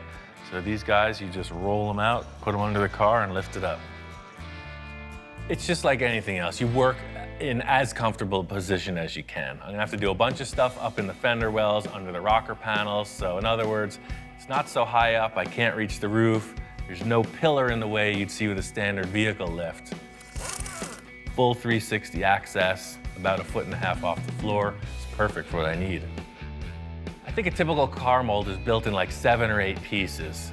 I think we can get away with a 5-piece mold. In other words, the hood will split in half, left and right. The roof and door sections will be 1 piece, and then the right and left rear quarter panel will pop off independently. This is an exciting part for me because the whole build has led up to this moment. Instant wheel arch. The whole thing with the parting line is the mold has to separate. When you reassemble the parts, you want to be sure that they don't shift because otherwise you're going to have a big step in the surface. So my simplified keyway is using this board. It's a door jamb with ridges. So you have this series of ridges and then they index every time. In other words, it's not going to move up and down because it's keyed. The first step of the process is exactly like what you saw on the mock-up with Bob. Just going to put this release agent on. The one difference is this time it absolutely counts. Hey, what's up? Oh, what is this, Fashion Week? Come here. Shop inspector's here just for one quick glimpse at the magic. You know, he knows this is not the standard procedure. He's very concerned, so it's a toxic environment. Bottom line is I am going for this solo, unsupervised, no inspection, no quality control, anything could happen. Later, Wonder Mutt, it's been real. After the release agent dries up, first step is gel coat 3 times. 3 layers of gel coat, that helps keep the fiberglass fiber off of the surface. Gel coat is on, now 3 layers of this. So I'm cutting up fiberglass mat now, it's gonna be 3 layers. First layer I'm starting with is super thin. I noticed with that other test, these heavier panels were having trouble molding into the contours, and I want to be sure that it lays down. So the first layer is ultra light. The thing I'm responding to is how much effort this takes, you know. I've heard about hand-laid parts, how they're kind of superior and that they're a really perfect fit up. The thing I had no idea was how much material is used. This is 1/5 of the mold, and it's just taking a ton of product. It's gonna get real ugly before it gets better. Hopefully Victor doesn't get traumatized. Passenger side is 1/2 of the nose piece. I'm gonna do the same exact process on the driver's side. That represents the nose. Get those in place, pull it off. I got the front hood section laid up in 2 pieces, left and right, and now I'm working on the roof door section, which is in 1 piece. So out of the 5-piece mold, number 3 is in progress. I laid up the passenger side like super overkill. I stopped laminating the ribs in on the 2nd piece because I realized I might want this thing to flex a bit in order to get it to release from the car. So That's the thing. This first release is just going to tell me what needs to happen. Is it the more rigid one or is it the more flexible one that releases easier? I'm getting wild style on this. It's totally out of spec for what the shop inspectors used to seeing. You know, there's like no process, there's no procedure. It's just glommed on the car and he is like super leery. So it's the moment of truth, man. Victor's on his way right now. We're gonna see if this is gonna part, see if it's gonna come off the car. Are you ready to witness the grandeur of all of this effort? What do you think? The thing is, no matter what the critiques say, you gotta work through this. We gotta make this stick. Maybe stick's not the best word, you know, non-stick surface. You gotta make it non-stick. Yo, Ian, what's up? Hey, we are ready to pull this thing off of the nose. This thing's looking like pretty interesting, to say the least, man. I told you it was gonna get ugly before it gets better. Man, well, it looks pretty impressive. It looks like you know what you're doing, so Hey, it's the first I'm time for baking on everything. it for the first time. I mean, you're running this thing too smooth. Yeah. Victor's concerned, you know, but he's confident as well. We proved the concept, Bob and I, with the test. You know, he's just seeing this on a bigger scale. That's the thing, if this thing doesn't release, it's game over. We're literally starting from scratch, so, Well, your test mold did, so hey, this has a better paint job than the test mold, right? that's kind of what I was thinking. It's definitely set up. I think it just might work. Let's do it. Start pulling, man. Dude, get ready. I knew when I was laying this up, it was grabbing in some places. I knew I'd have to do a little trim work to get it off, so going in, going around the edges, same thing as the test piece, just trimming back the sides. At this stage, I'm feeling confident. There's no reason it shouldn't work, but this is the moment of truth. We gotta pull this thing off. Going in, just trying to start this prying procedure, and I'm expecting it to pop, to release, like it did.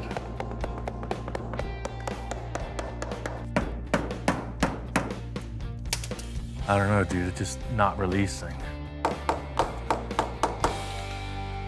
I might have to get out the grinder and just start sawing into this thing. I wanted Victor to be here for this. He missed the release of the first one. You remember, it was all smiles and celebration, but it's not the case right now. You want me to call another guy here to hop on this so 3 or 4 of us can pull on it? Victor's not a guy who's known for his patience, you know? He's like, problem, remedy it. He wants to call in some help. Javi, could you come over to Ian's shop? Okay, yeah. All right, bye. I have no idea what's going on in there. I've never built a mold before. Javi, how you doing? That's perfect. All right, 1, 2, 3. Victor's totally results oriented, so he's there, you know, oh, pry a little, pry harder, let's get it. Oh, see. It's cracking the mold. Hold on. Something's trapping it here. One thing I was thinking from the start, these vents, they do have draft, they do have a bit of undercut. I'm thinking, quick solution is to cut that area out. We can always patch it in later. Oh, yeah. I think that was keying Yeah. it in. Thing is, I trimmed this out and it's still stuck. It doesn't make sense. We have a perfectly smooth, polished surface. What's it stuck to? We got the mold on the car and it's not releasing. This is not good. We're at the risk of losing everything we've worked for. We gotta get this thing off. Yeah, that side's coming up. It's just in here. Oh, did you hear that? Yeah, There see. went, the whole thing came All up. right, let's go on the count of 3, all of us, I guess. 1, 2. There it is. When it released, it's like, oh, perfect. It's exactly what we were hoping for, you know, a half hour ago. It was glued itself to the paint. How weird. You know, we will pick it up and look back at the car, and I see the paint has totally delaminated. I mean, it's a mess. The only thing I'm thinking is the paint not being cured up, it became like a glue. I guess the heat from the resin kind of caused it to become liquid again, and some of it went with the mold, some of it stayed with the car, so it was literally, that was the lock. It was a freaking suction cup. And look, it's not even stuck to the mold.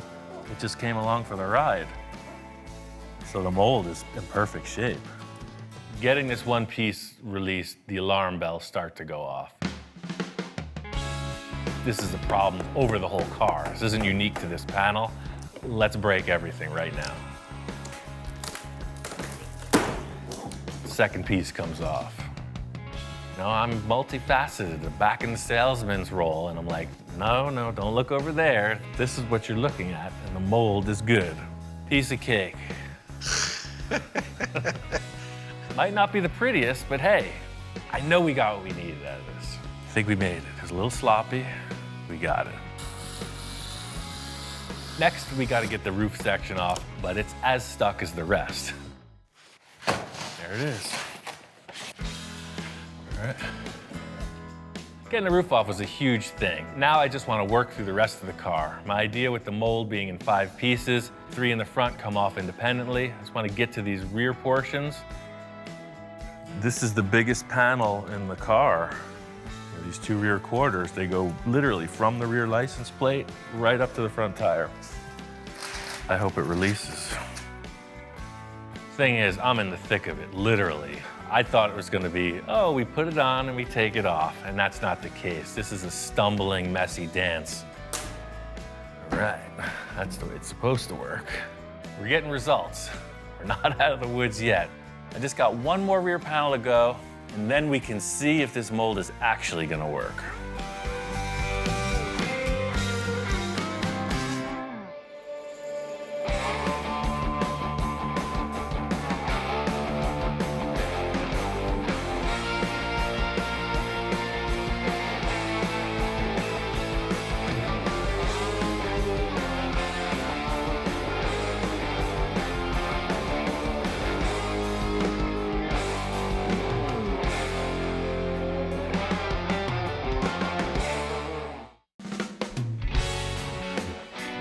This whole journey started when I went looking for a new project.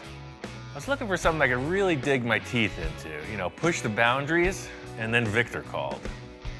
He started throwing down some concepts, and I got a bunch of ideas. This could be the most ambitious project yet. It's true, Victor is always pushing the boundaries, so let the adventure begin. Here he is, Mr. Sports Car. Man, this thing drives so good. I mean, really good. I was impressed. Victor pulls in, and he's looking really comfortable behind the wheel of that new car. Now I get it. Enjoy it while it lasts, man. Now I'm like a little skeptical. I'm going, oh, shoot. Do I really want to tear apart this like awesome looking sports car that drives and handles convertible top? It's like, come on, Victor, what are you thinking about? I see the look in his eyes, and I just want to confirm. It's like, hey, man, you still want this to happen? Once we go forward, there's no turning back. My whole life, I always wanted to get a Porsche. It's your last chance, otherwise we're gonna get into it. I don't really want to cut this thing up, but hey, I got Ian in my corner, and he's always pulled off my crazy ideas. We got a good foundation, so let's move forward and do what we got to do. The Porsche and the donor car. The only thing I really want on this thing is this top. You know what, we may use some of the silhouette, but this top, the way it opens, gotta go on the Porsche. Because Victor's been so vague in his description, I'm just trying to figure out something to get Victor's idea in motion. He's got these 2 cars. He doesn't want either of them, so I'm assuming it leaves a lot open to my interpretation, so I'm gonna go forward in the best manner I see fit. I think the most straightforward thing to do is for me to just cut this thing into multiple pieces, get the chassis out of the way, and then tomorrow we'll tackle that one. Here we go again. We're on the next journey. Where we're gonna end up, nobody knows. We don't even know. Ian looks at me thinking I know what the heck I'm doing, but in my mind, I don't know where in the heck I'm going. Victor's heading on out the door, and I tell him, enjoy that Porsche while it's still intact, because I got plans. That's my baby, right? You could cut the heck out of anything you want, just don't cut my top. Okay. Surgical precision. How do I look in this thing? You look good, man. All right, I'm out of Dodge. Have fun. I guess the first thing is to lift this roof up and get rid of it in one piece. One thing I can say is I'm a master of disassembly. We're gonna work right through this car, pretty simple. said, it's not locked.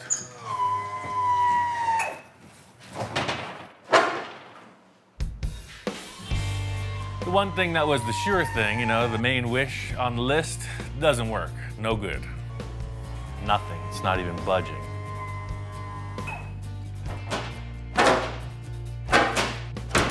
But it is the hydraulic pistons.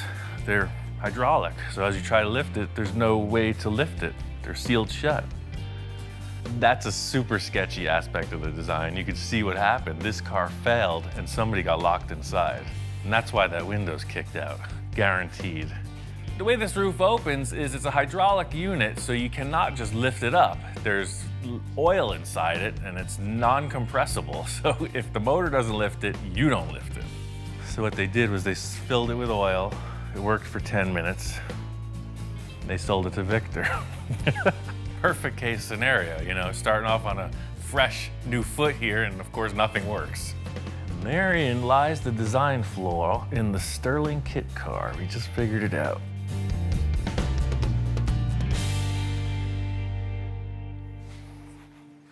Just gonna cut these 4 bolts and start over.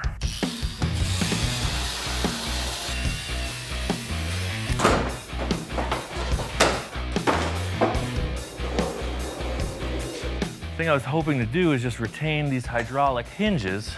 You can see all the fluid is just coming out of the top of the pistons. I'm just gonna cut it out. A sane, normal mechanic would probably take off the tire and look under the car, but I ain't got time for that. We're gonna cut our way through.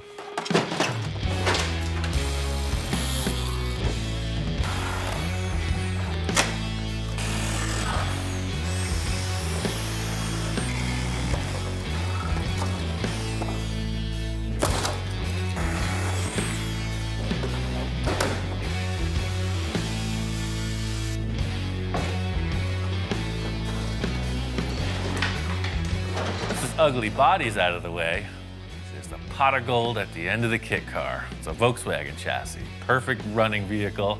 I'm taking it home. The funny thing about putting this on the floor is all of a sudden it's just a concept car. It looked kind of weird up in the air with the Volkswagen suspension under it, but it actually looks more like some kind of a race car once it's laid down on the ground. Kit car is gone. Victor's bringing that Porsche back. It's a whole different process.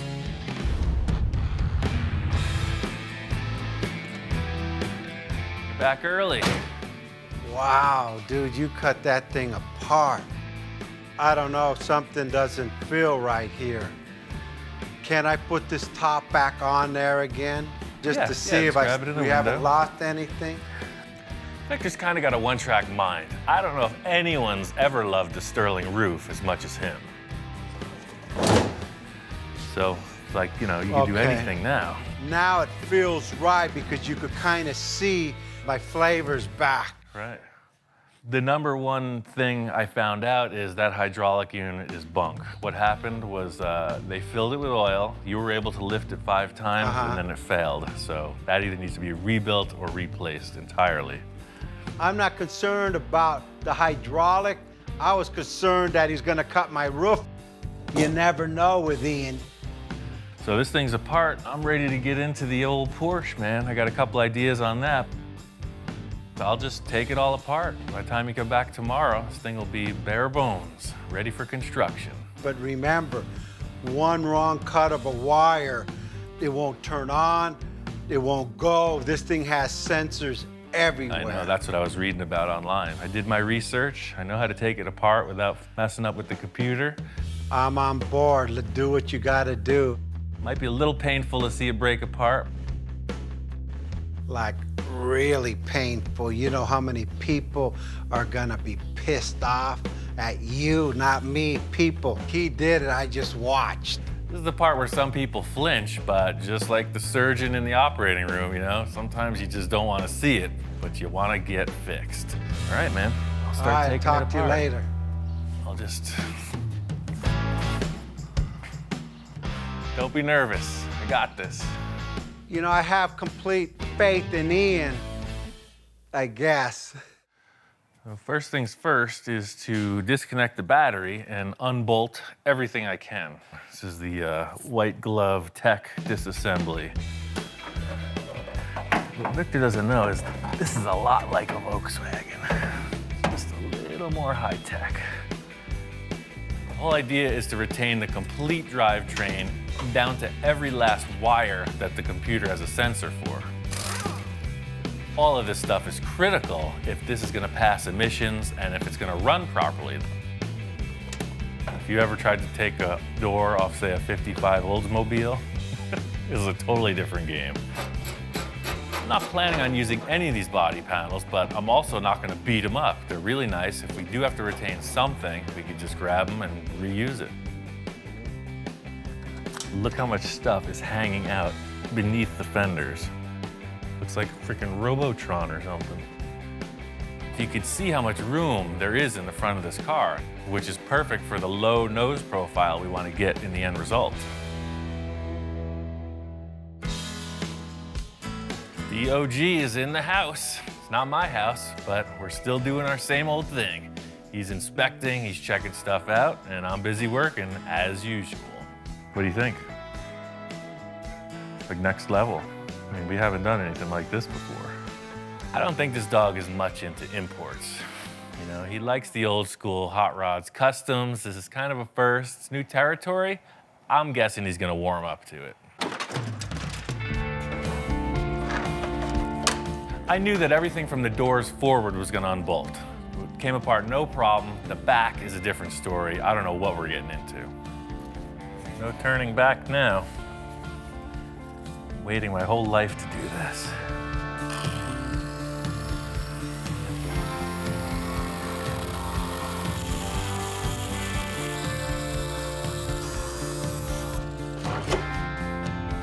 That's exactly what I was hoping to see. So now I can cut this bubble away and we got tons of room for a tire. He wants flavor, I got it right here. Tire's this big. After I cut the outer fender skin off, I saw the inner wheel tub and I realized we can cut a straight line front to back and it'll allow us much more clearance for a bigger rim and tire combo. There's nothing like the smell of freshly cut Porsche in the morning. Look at that.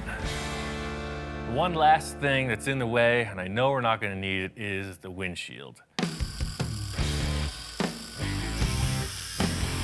The thing about this Boxster is that the windshield frame is a roll bar, and it's got a bunch of electrical wiring going to the rearview mirror. Sometimes things don't come easy, you know? I started off with my surgical precision and got all caveman on it in the end.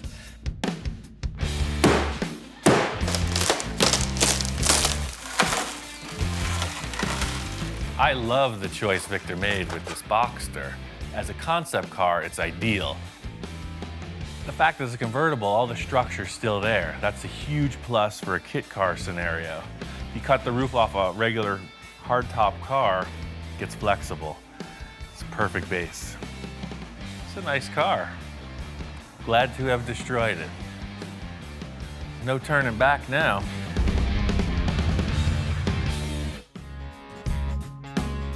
This thing's looking like a blank slate. I'm really happy with the way it broke down. What the heck did you do to my Porsche? Victor comes in reacting in his typical way when he sees something that's pretty shocking. He's trying to hold it together. You know, I think he's a little concerned. I came in and man, it's like worser looking than I thought it would be. I mean, In taking this thing apart, it's really showed me how much room we have to be creative. There's no mechanical stuff ahead of the axle in the front or behind the axle in the rear. So it's pretty much open to whatever you want to do design-wise. As Victor's walking around, I'm just giving him a rundown of all the positive things I'm seeing in this vehicle underneath. How all the structure's still intact, how we didn't need that windshield that's broken all over the place in the corner, and he's responding. He's kind of getting it. Ian started explaining, then I started getting excited. Hey, this is the first step. You see all the wires, nothing's been cut. So everything we need to either bypass or reinstall, it's just a plug-and-play system. This thing has so many sensors on it. I told Ian, all I care about is that that car runs after it's all stripped. Apparently, he's found out that if you tamper with the electronics, these cars go into a safety mode and they won't start.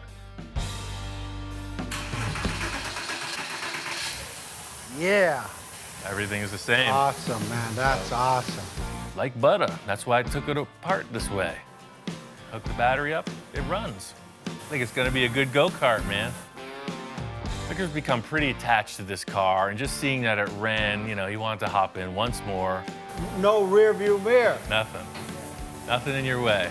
He wanted to sit in the car that's all cut apart. What's more fun than that? Still feels good. Same car, man. Look at the wind's hitting my hair. I can't do a burnout, but I could. That's pretty cool. I seen it, I feel it, I taste it. Now I'm excited. Where's the body at? Well, we got that other thing, and I'm not sure. We got to fit it on and see if we got even something to start with. Now that we're this far, we got to put that roof on, make it work.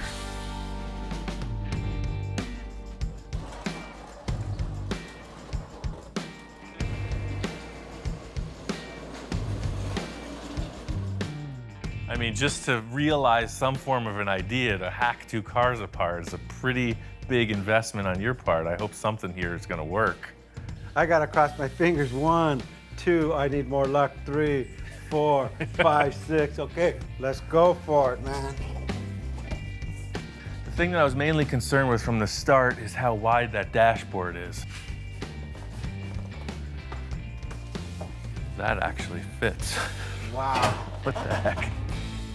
It is literally the exact same width, pillar to pillar.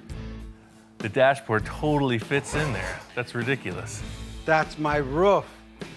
My cockamamie idea literally worked. I'm that guy that just thinks these crazy things up and hope they work. I mean, I'm even crossing my fingers now, and that thing worked.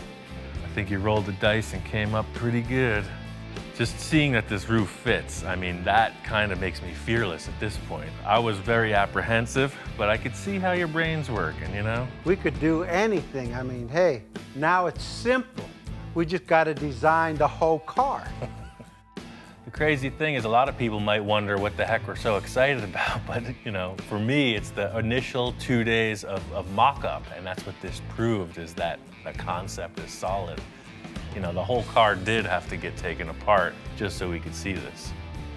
When my children are born, it's like they're the most beautiful baby there is, and you're like, oh, and everyone's looking at it like, whoa, what's that guy looking at? The car only a mother could love. We got a little of that, a little of this, and a lot more of nothing. All we gotta do is build a car now.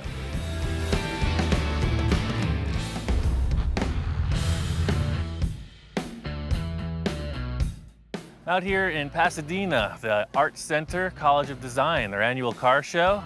This year's theme is called Hand Built, so it's featuring a lot of hand-built one-off and prototype cars. My homework assignment from Victor was try to find some flavor. You know, he's using that term constantly, so I'm not looking for any specifics here. Just trying to see what's on the ground and what's in the classroom. The coolest thing about this show is that it's all invited guests, alumni, designers, cream of the crop. So all of the cars here have some design elements to pull from, whether it's super antique or super futuristic. A few years ago, I was invited to this show with the Space Junkie in its first incarnation, so it was really an honor to be invited. You can see the stuff here is world class.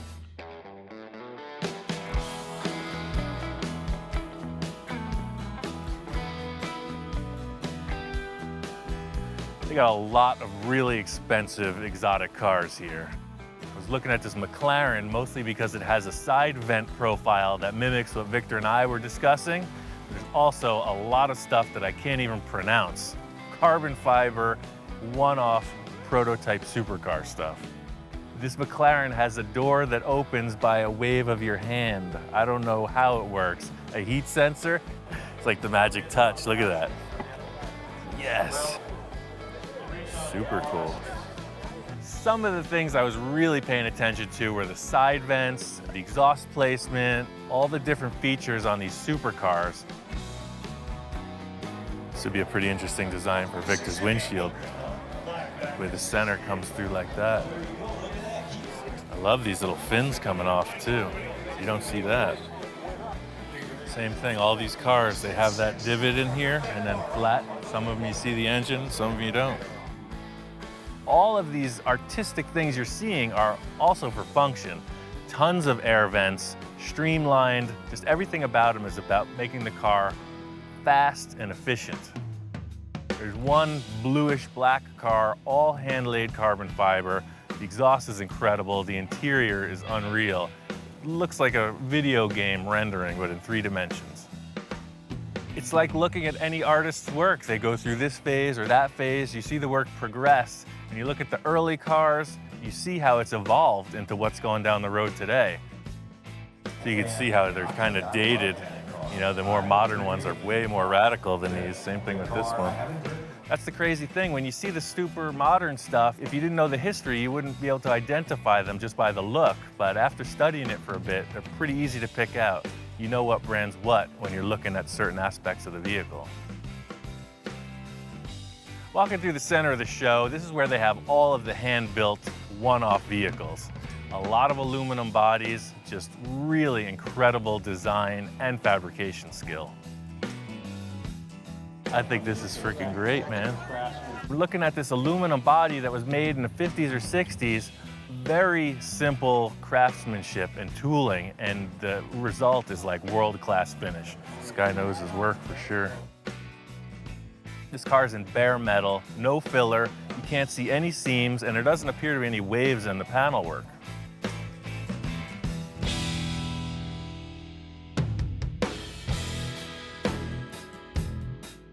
It's really about trying to find something unique.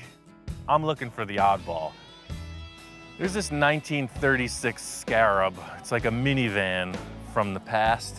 Incredible.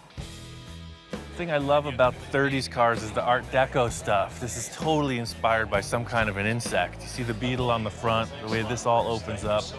I don't even care how this applies to the car we're doing, but come on. Flathead V8 in the back. I want this. I'll trade this guy 6 cars for this car.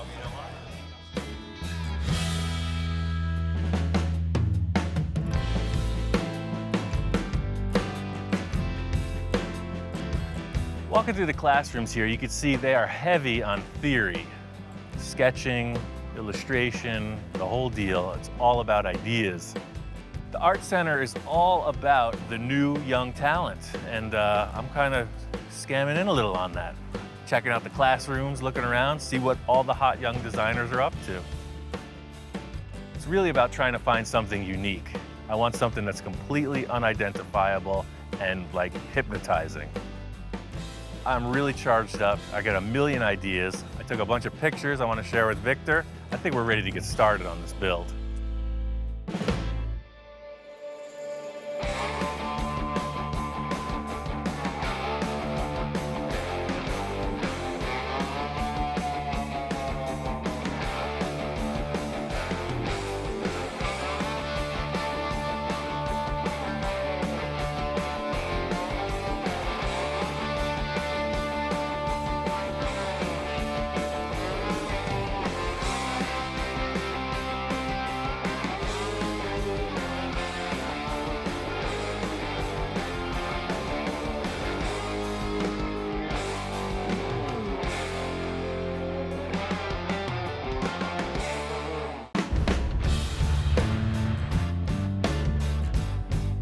I'm looking for a new build.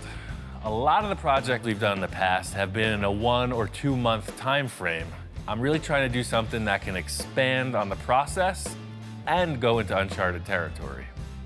I've always got a few projects on hand. Right now I have a 29 Ford Model A Roadster pickup and a 29 Ford 2-door sedan. These cars are hugely popular the last few years because you can go a million different directions with it. You lower this thing, chop the top, big engine, wild paint job, you got a nice vehicle. This Roadster pickup was gonna be a bit more of a conservative project. I've got 4 full fenders, hood, grille, and I was hoping to make a removable hardtop roof. It's like a giant go-kart. If you've driven one, you know, they're super fun. This one's set up kind of highboy style. I was thinking maybe full fendered, something a little bit more adult looking. For me, I like the crazy stuff, something that's really going to challenge me. So I've got a few hot rod projects, I got a couple other ideas, but I really just want to see what a few of my friends have going on also.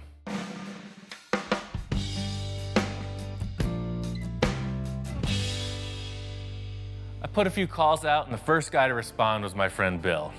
This thing is awesome. Isn't that great? Bill didn't tell me much about it, but he said it had a lot of character. And sure enough, pulling in the driveway, you're facing this ominous front grille. What's not to like about big trucks? This is what they call an R190 1953. I saw it at a truck show, and I loved it. I had to have it. And it's all original inside? It's very original. I mean, original motor, inline 6-cylinder. They called them a red diamond. Uh-huh. I just couldn't pass it up. It was such a nice vehicle. And of course, you can do your magic with it. When you think big rig, you think tandem axles in the rear, just this big giant thing. But this truck has got like a giant pickup truck look. It's got a short wheelbase, but it has all the heavy duty stuff. And the That is winch awesome. is a hydraulic PTO-driven Right, winch. big chain off of the freaking drivetrain. This is a really complete truck. Walking around checking it all out, it's all there. I'm sure this thing is roadworthy. Oh, and the interior is like totally nice in here too. It's not all beat to heck. Somebody took care of this. Fire it up. Yep, it's a runner. Take it for a ride. The whole thing about a big truck like this is you never know how it's gonna drive. So immediately stepping on the clutch, everything's smooth, it shifts really nice. It's got an air horn. I mean, come on, what's not to like about this? This truck is definitely an option. You can tell it's got a lot of potential. Pretty darn nice. I don't know, man. Test drive is kind of the temptation. Well, don't have to worry about this, because you know me, I don't get rid of anything. Unless I I just take keep it, unless you raise your hand. Next guy on my list was my friend Jack. He does all the upholstery for me, and unfortunately, he's got the car thing also. He says he's got projects galore.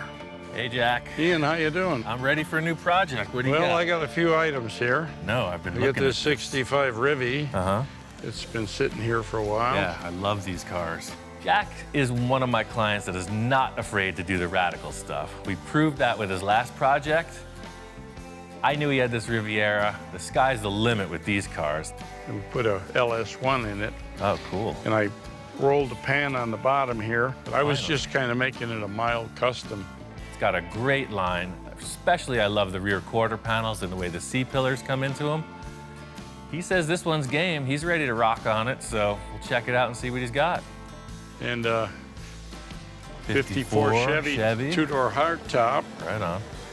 And I also have a Ranchero down there. Oh, 57 Rancheroo.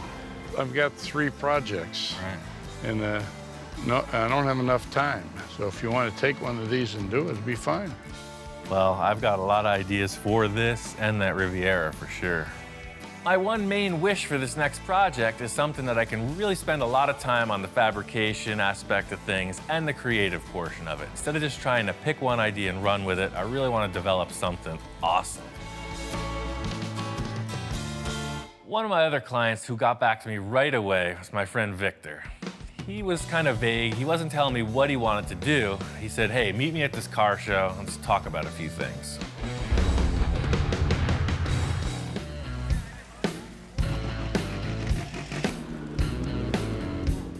I was searching around for clients who wanted to do a new project. Victor called me out. He said he's got a couple ideas. He was kind of vague. He wasn't telling me what he wanted to do. He said, hey, meet me at this car show. Let's talk about a few things. Victor's one of my wildest clients. We've done a lot of really crazy stuff, and he just can't seem to get enough. So him calling me out to this car show, I'm just wondering what's brewing. Ian, how you doing, man? Good morning. The reason why I wanted to bring Ian out was to get some inspiration. I won't tell him what I'm gonna do. I'll let him feel it. I mean, we've done so many other projects. I want to stretch his ability to the next level. We walk right in the gate and there's a beautiful Mercury Custom. I know Victor's all about those, so I'm figuring, yeah, here we go, another lead sled. I think we need a different flavor. Rolls Royce. I'm not ready for that. You're not ready to be chauffeured around? You still want to drive? You're always asking for more room. How about just making smaller cars? I mean, you could do like this. You could do 10 of these in the space it takes to put one Merc. This car show is all over the map. It's kind of a game of pin the tail on the donkey. I just don't know where the donkey is. Yeah, check this out over here.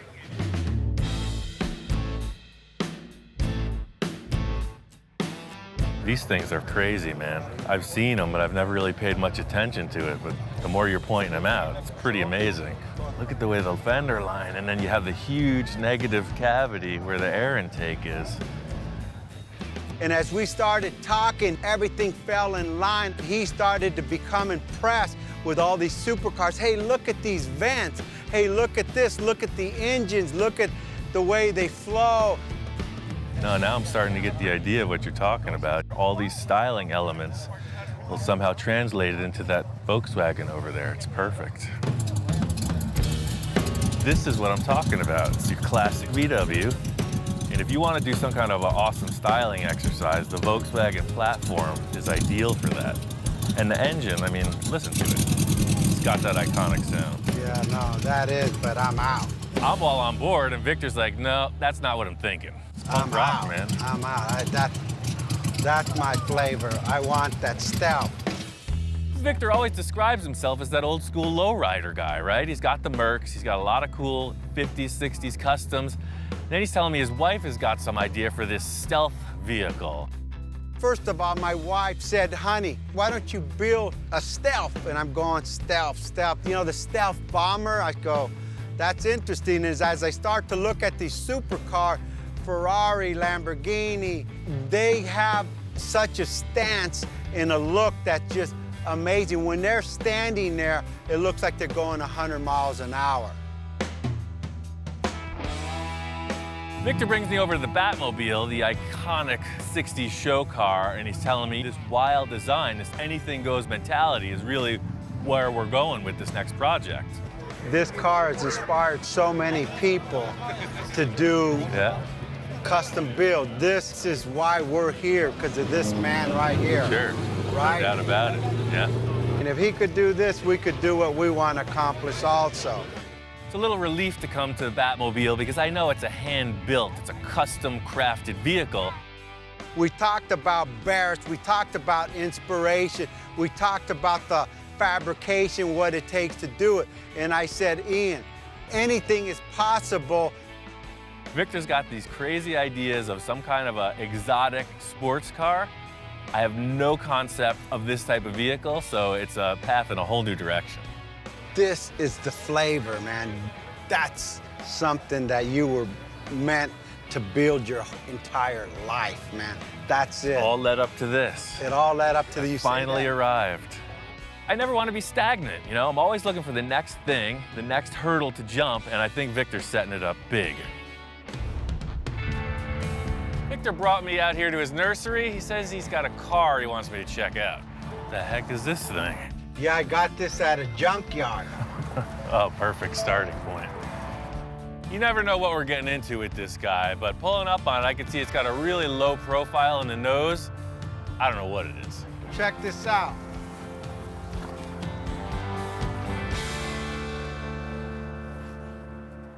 What the heck is this, a Sterling? I don't know nothing. They just delivered it. They were gonna crush this thing. I said, no, no, no.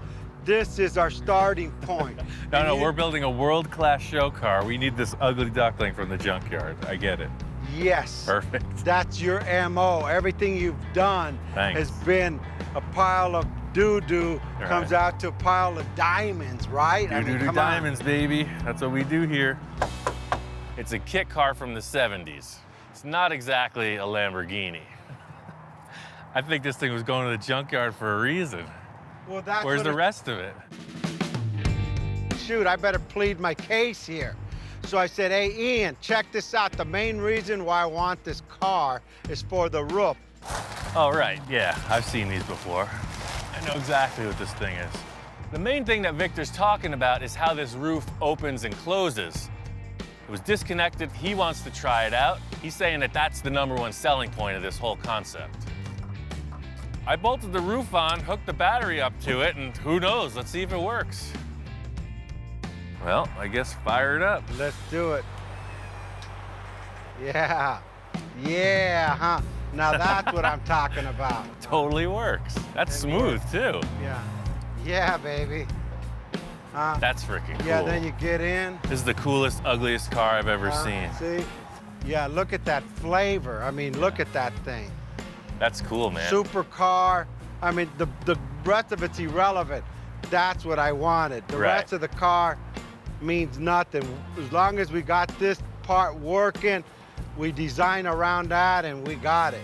He says, don't look at anything else. The roof feature is what we're going with. We're building a whole car around this. Does it run? I don't know. You don't even care, do you? I don't even You just care want to if see this these thing two runs. motors work. I told him, hey, Ian, if you want to get it running, go ahead. I got to go to a job right now, so I'll be you back at the shop in a couple hours. I have a lot more surprises that I'm going to show this man. Closing the capsule. Watch your head.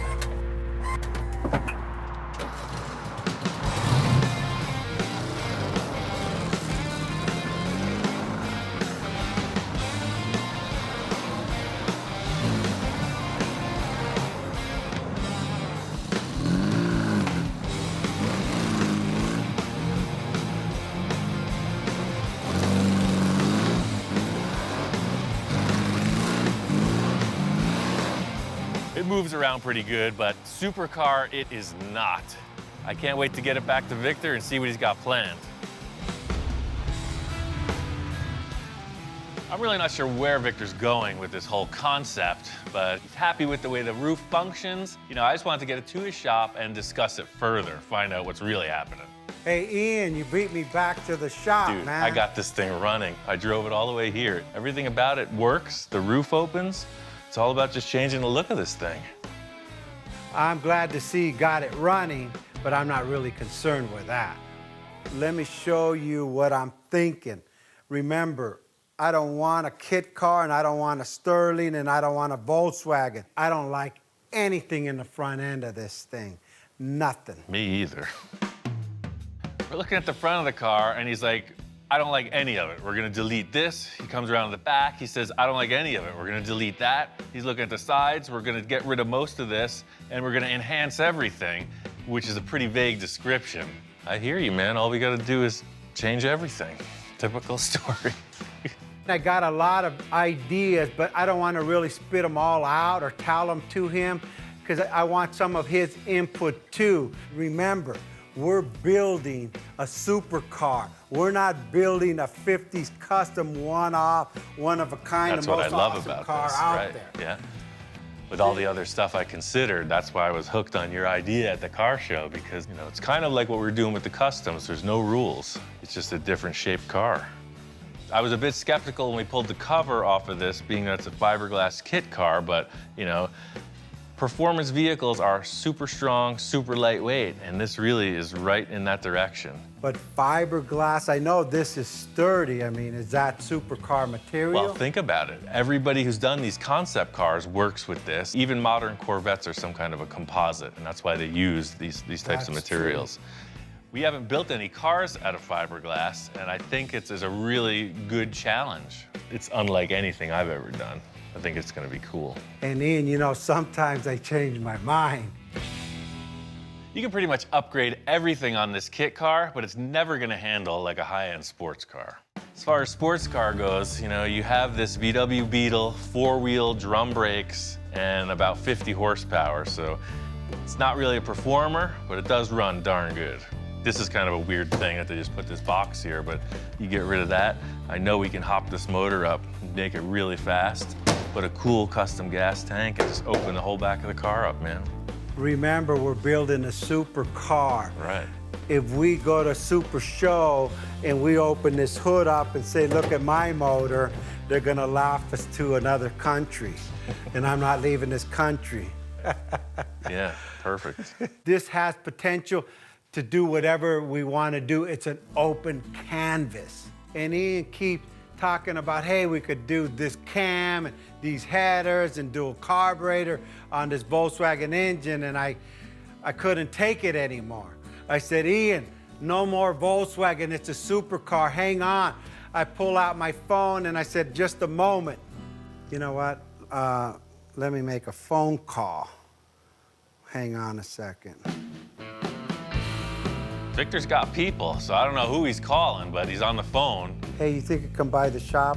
Anything's possible. My first reaction is that he's got a guy with an engine adapter or something, so we're gonna put a better engine in this car. Thanks, bye.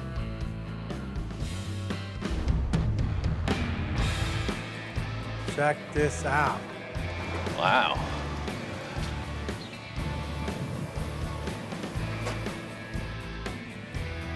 So what, you're changing your mind on that car? You gonna do this instead? No. This is the donor car. What?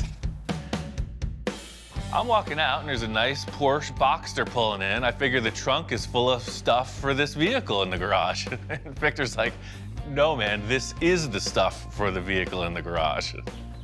So the whole idea is we're just going to build off of this thing and then create the shapes that mimic that car. I get it, right? No. We're gonna tear this whole thing apart, fenders, top, glass, everything comes off. So you want to cut this whole thing apart? Yes. You gonna cut the car apart. I'm gonna watch.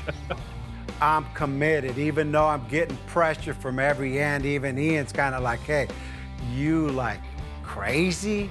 I don't know what to say. You sure? I wanted to start with a good foundation. I mean, we got a new car. It's a 2000 Porsche versus a 1970 Volkswagen falling apart, riggedy-raggedy car. I want to take the best of both cars, Ian. That's pretty crazy, man. You're up in the game once again. Can I drive it around for one night? Can I go on a date? He wants to go on a date. You could have the thing, because you're going to cut it apart. Dinner? Well, it still runs. Wow. I don't get this opportunity often. It's pretty tight in here. It's built for a slightly smaller person. Yeah, I want him to drive it so he could feel what I'm talking about. All right, see you never. I quit. Now he's never going to want to tear the thing apart. This is a whole new thing for me. I've never driven a car like this. It's like tight, it's super low to the ground. The way it shifts is amazing.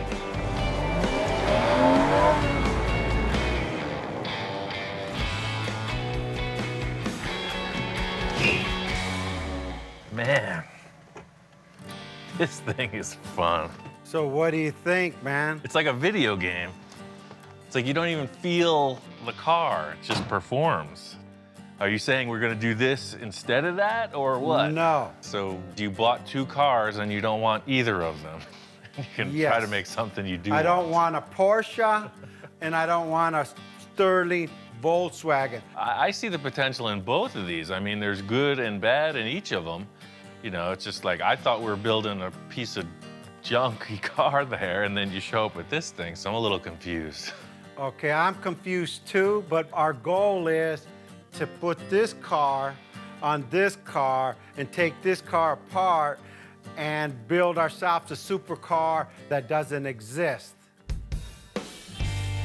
I've heard statements, I went looking for trouble, and boy, did I find it. I think with all the clients I've entertained, you know, Victor's always the guy who comes back like a whip crack with the thing I was hoping to never figure out, but now have to.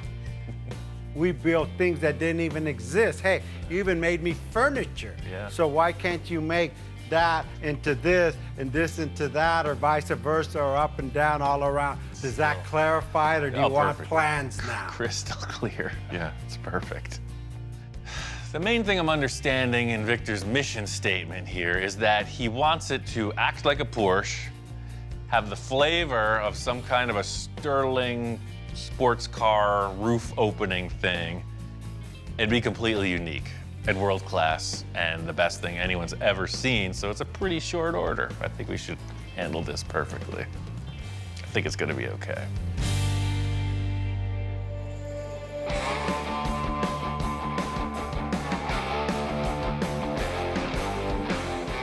I really love the idea that Victor is just all concept on this. Most of the cars we start with, it's like chopped, section, lower, that whole deal. He's not talking about any of that. He's talking about creating a whole new car body.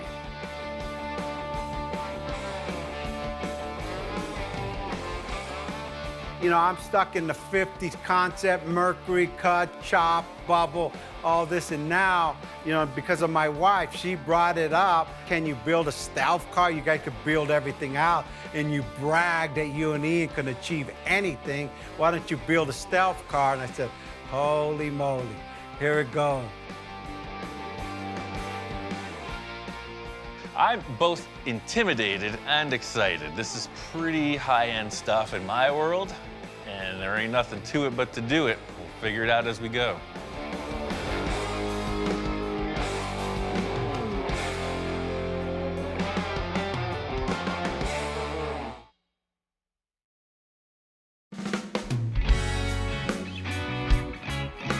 So it continues.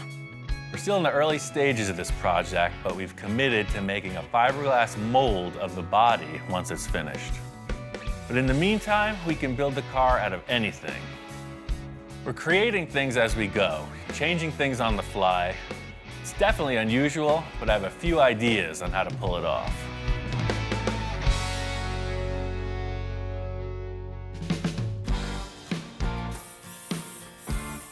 Ian, how you doing? What's going on? What did you do? That's pretty cool. I got the whole engine compartment kind of squared away. You know, I went with aluminum, and then I think like a riveted final detail would be pretty neat. You know, something real shiny down in there. As I walk in, you know, we got the back fenders kind of in place. It's still like a hodgepodge. You know, like Ian said, anything goes, because this is just like the clay mold. I love this because we still could put another element in here. You can do whatever you want in here. You know, this surface is represented. I really want to get these fenders so that there's no holes in the back of the car. Looking at it now, it's really loose, sort of like a patchwork quilt, not even stitched together yet. But I'm seeing the finished flesh on this thing, and it's got to be set up correctly. I mean, the idea of screwing this Porsche quarter panel onto this sterling body seems kind of strange. That ain't strange, that's like crazy. Yeah. Madman. Now I'm getting excited again. So what I was thinking was I just took this aluminum sheet, super light, and I just formed it over a piece of tube. That way it'll radius down into the engine compartment. So it's just gonna pop on here. It's gonna do the same thing as everything else we've built so far. Just gonna represent a surface. Yeah. Slight body modification here. I'm gonna have to put something in there to hold that up. Bundled sweatshirt technique, sponsored by Carhartt. Thank you very much. See? Now you're solid. We got fiberglass, we got aluminum, we got a piece of my shoe, now we got a sweatshirt. Come on now. Nobody breathe. See that? There goes my sterling. Creased out. We got aluminum foil, we got duct tape. It looks pretty rough, and there's a word for it, and it ain't a good word. Custom bodywork. So this is all pretty distracting. I think we should just primer gray this area. That way we just have like a monotone looking thing we could build up off of. The aluminum foil just wasn't suspending itself like I had hoped. So I wanted to reinforce the whole taillight area with metal before we finalized the design. I could save this aluminum for my sandwiches, for peanut butter and jelly sandwiches tomorrow. I'm doing this fast and efficient, bunch of strips of a little thicker material. It's gonna end up right. This is just another super fast mock-up, you know, just to see what we're working with.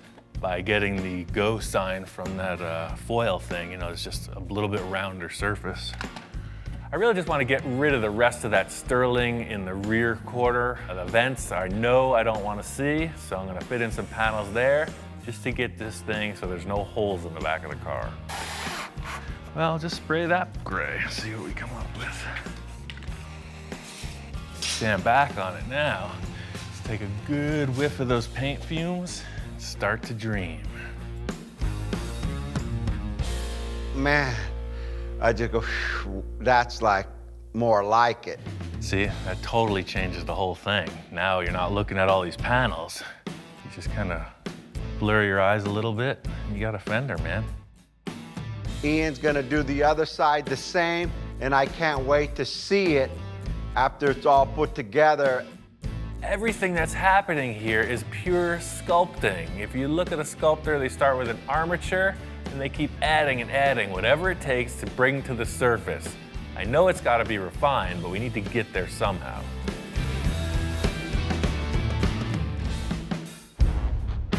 Got this passenger side pretty much matched to what Victor and I agreed on over there. Where I'm at now is I need to get this surface workable.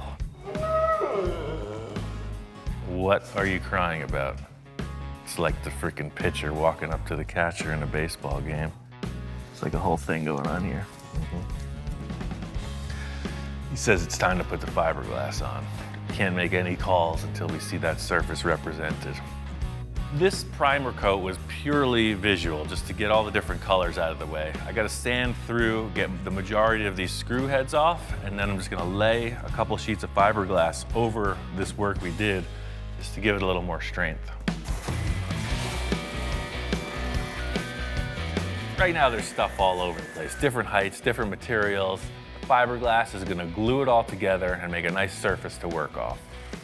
I want to be sure that this fiberglass is going to stick, so in this thing that I'm accomplishing is just giving some texture for the fiberglass to grip to. Truth be told, I'm not the most professional fiberglass guy. I have limited experience, but it's fascinating, so I keep trying. This is the problem we're facing with the metal. When you push down here, it wants to buckle up. As soon as this is wet, all those fibers are going to relax. The only advantage of using fiberglass at this stage of the game is that it's super flexible and it will bond to aluminum, fiberglass, and steel. To weld that thing, you'd have to make it out of one style of metal. Big, long, drawn-out process. It's a little like mopping the floor. It's a little like pouring syrup on your waffles.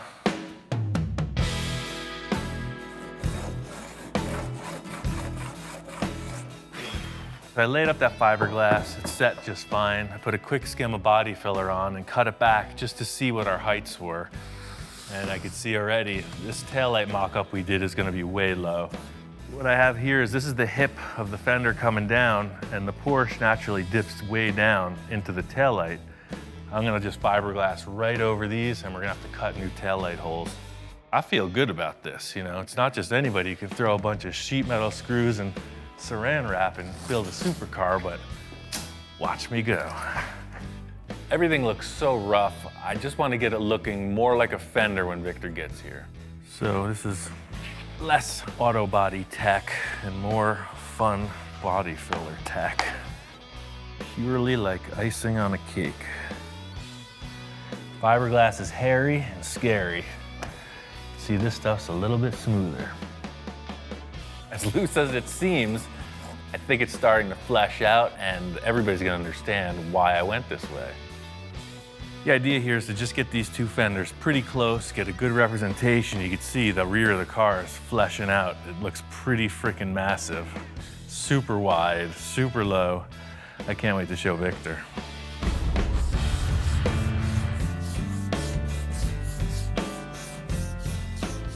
I came in today, Ian's doing some body work. I used to do that myself. I said, give me the sanding block, and I started shoot. I didn't lose a darn thing. I mean, you could tell I'm totally committed. When's the last time you see me doing body work? It's Good to see Victor getting his hands dirty, you know, doing some of the body work. We also got these 2 tools from Eastwood that'll help ensure that these lines on the car are symmetrical. We're pretty close. And I'd like to see that in primer so it all, you know, ties in and we could get the big picture to make sure the fenders are the same. Oh yeah, for sure. Primer gets rid of all the different tones. The gray just evens everything out. It's the best way to look at something in progress. It's like nothing I've ever seen before. Flattening it out one tone, you can really see the shapes. A little refining on the driver's side, but I mean, that's a freaking massive rear end. How much more work do you need to make a mold? You need it finished, right? Oh yeah, the better we make the model, the better the mold comes out. But we could either turn the car around and start on the front, or if there's anything else you want to change back there, I'd say it's a perfect time to do it. Now it's like a whole bunch of like bumper back there or body. It's like nothing but rear end showing. I need just one thing to soften that up, and it's gotta be massive. We need to do some kind of crazy exhaust, right? Well, I mean, whatever you're thinking, you know, we've done a pretty substantial rearrangement in the back end so far. Everything here is really starting to come together, but I think the one big thing is going to be the exhaust that sets this rear end apart from anything you look at. The 911 exhaust had these big exhausts coming out under each side of the bottom. You know, if you wanted to mask that, maybe have them come out through these holes or whatever. Yeah, I was thinking something kind of massive here in the middle. 3 or 4 muffler pipes sticking out of the back. Hey, I had a dream, you know. My initial idea in my mind was to see this massive car go by you, like what the heck was it? And all you see is this big old pipe with some fins coming out almost like a bomb. All the supercars got the fins on the bottom. Well, hey, guess what? I want the fins on the top and I want the fins on the side. Almost like a propeller to a boat, but straight. Okay. Victor's coming up with all these ideas about multiple exhaust tips, some kind of really exotic designs, and I'm saying let's just try to get some real-world structure to this theory. Let's just make like a cardboard mock-up, come up with some kind of let's do concept. it. All right, so whatever diameter exhaust you use, it's up to you, but I got this tubing from the fiberglass. I'll just cut this cardboard off. We'll have something to work with. Way too small. Too small. That's like embarrassing, you know. We need some like volume here, man. So something more like this or this diameter, like way big. Yes, that's what I'm looking at. Remember, massive. Let's just tape them on the car, see kind of what we got proportion-wise. So, I mean, 3 sort of fits like that. That's an even better mock-up than freaking cardboard and drawing, huh? Well, stand back and look at that. I mean, 5-inch exhaust is pretty substantial. I was thinking of having a fin, and a fin, but I only need the fins on top, on the bottom, and the 2 on the side. And it changes the whole back end of that car. And then put fins on the bottom. Yeah, exactly, a fin, okay. Victor's description of this theory is pretty elaborate. It's a bomb, it's a jet engine, it's fast, it's hot. A little hard to figure out exactly how it's gonna end up. We're just trying to get this concept as close in the mock-up to what's gonna happen in the real world. Ian, I feel like I'm in arts and crafts. I failed arts and craft in school. So this is the same size diameter as the tape, so I mean, that's a pretty substantial exhaust pipe. And you know what, as I'm looking at it, maybe 2 would do it. Check it out, stand back, see what you think. I kind of like 3. Shop inspector's checking it out as well. I think he's gonna have the final word. Dude, what do you think? Cool? All right, I guess he said that's cool. He wants 3's the 3. number. 3's the number. I think it's gonna stick. As I left that, I mean, it was pretty loose mock-up. I mean, a lot of things could be changed or interpreted, but that's his problem. The thing is, when Victor's describing all this and coming up with a cardboard concept, I'm really starting to see my own vision of it, and that's the challenge in this whole thing. I gotta build it.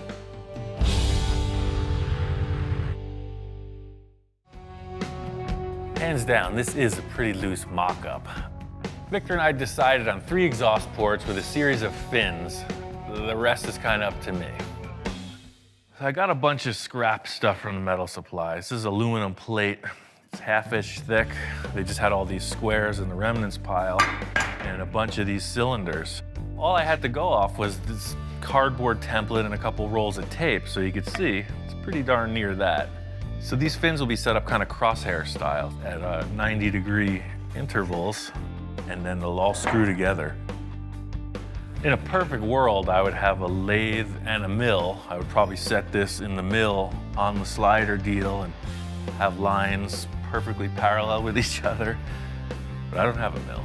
I've got a magic marker, somewhat flat table, and a roofing square. I don't have a lathe. I'm using a marker. Hey, a marker on the table is gonna be fine. Stick with me. One thing I'll concede to is the fact that the design and development of this piece is a little unorthodox, but that's just business as usual around here. It's gonna sit right in the center of that square. Your fins are all already dictated as far as how they go, 90 degrees apart from each other. I can come in with the plate right up to that line and set it parallel with this here and scribe straight up. Got this really rudimentary jig on the table. What it's going to afford me is the ability to mark each fin location symmetrically. And then they'll all screw together. So I know we're going to get these parts polished in the end. So the idea of it being modular, they'll be able to easily polish it and then we can reassemble it. The whole thing here is the billet aluminum fad. And it looks high-tech, machine finish, looks expensive, it looks classy. I'm gonna do it without the expense or the class. Now, these are all together. They go back onto their jiggy jig and we set up the design for these fins. Victor's fins looked a lot like this square. They were triangular. Instead of having this pointy triangle shape, I think it should go straight back, more jet-like. Sort of like that.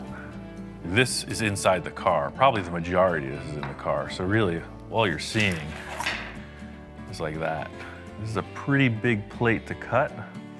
Could use any type of high-tech machinery in the world. But I think I'm just gonna use the common jigsaw.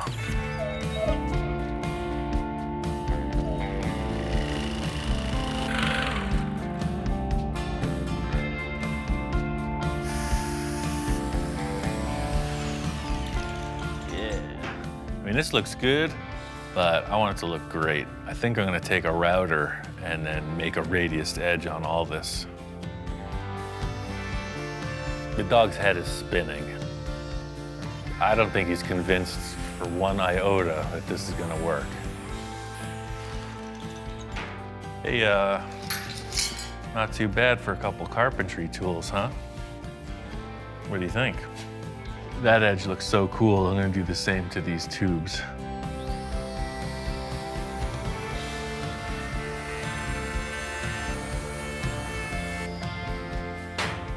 What's not to like about that?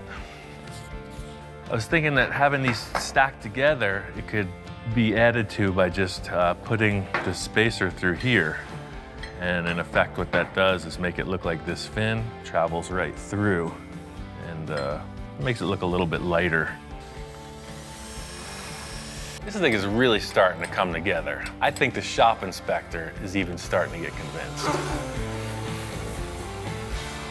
Again, this is all still just roughed out. If you have to cut it or modify it, so we will. So you can see, it's gonna go right in the middle of that license plate opening. See now. Now he's finally conceding. We're just gonna cut out in here and then something like this. It's gotta go in a good 8 or 9 inches.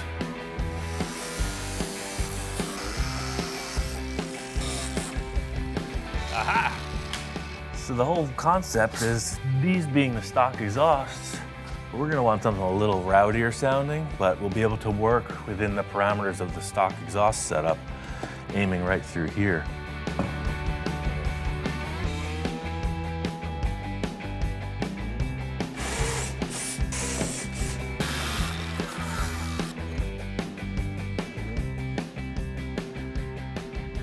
Oh yeah, that's totally cool. That's exactly what I was hoping to achieve. There may even be more fins coming out the width of the car below, but that's rocket ship. Looks like it's gonna fit. It can be adjusted later. I just have one other element that I want to surprise Victor with. I'm very happy with everything. Mostly that it's like, it can be like skee ball.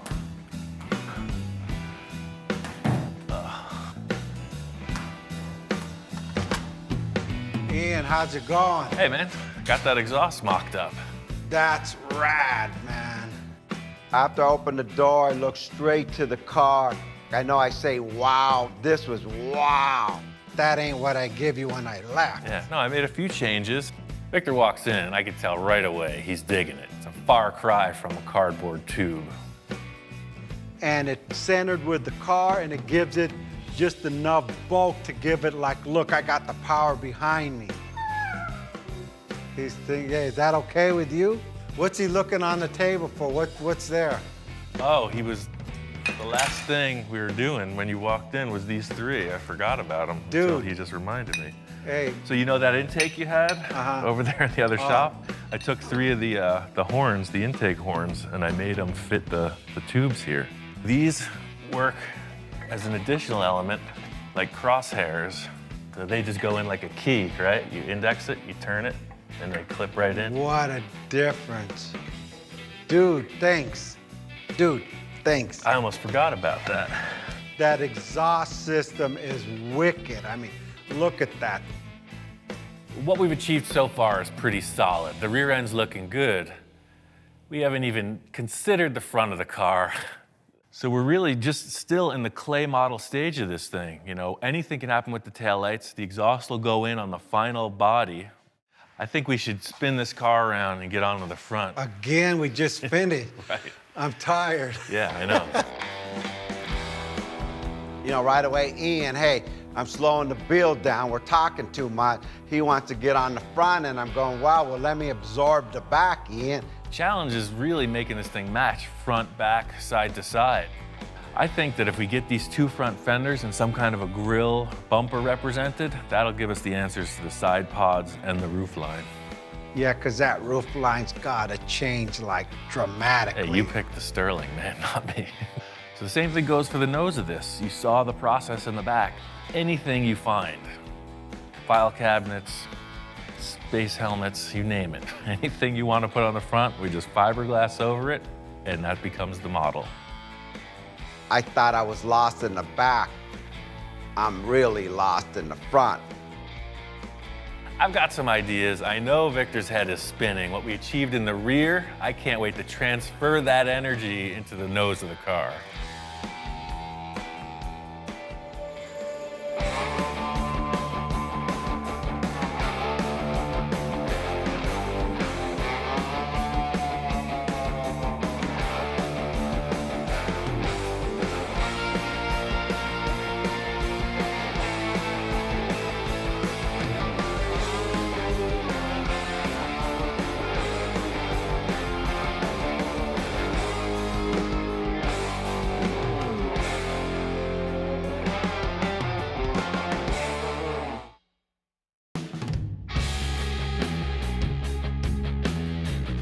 My friend Victor called me up about another development on a recent car project we had.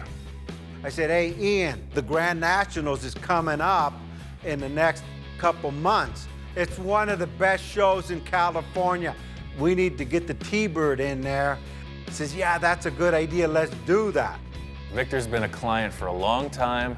We made this bubble top T-Bird show car thing, full custom body, skirted wheels, hydraulic opening, clear plastic bubble top, just crazy, futuristic show car. Once I started thinking about Grand Nationals, I said, hey, we need to change the look of this car slightly. So I said, hey, Ian, do you mind if we blow another bubble? His eyes like lit up and go, I don't know if it was a sign of happiness or a sign of, oh shoot, what's this guy get me into this time? Trying to create this clear plastic bubble top was a crazy ride. We figured it out, very grassroots, in how to accomplish this. Had a couple failures, a lot of research and development. The way that we have set up, it's very limited sight inside the oven. Until the thing cools off, you never know how it's gonna stay in shape. It's sort of a Wild West shootout, trying to figure out when to turn the heat off, when to raise the lid, and you never know what you get till you take the box and open it. The one we want to blow has got to be into proportion with what that car really is. It's a spaceship coming down to Earth.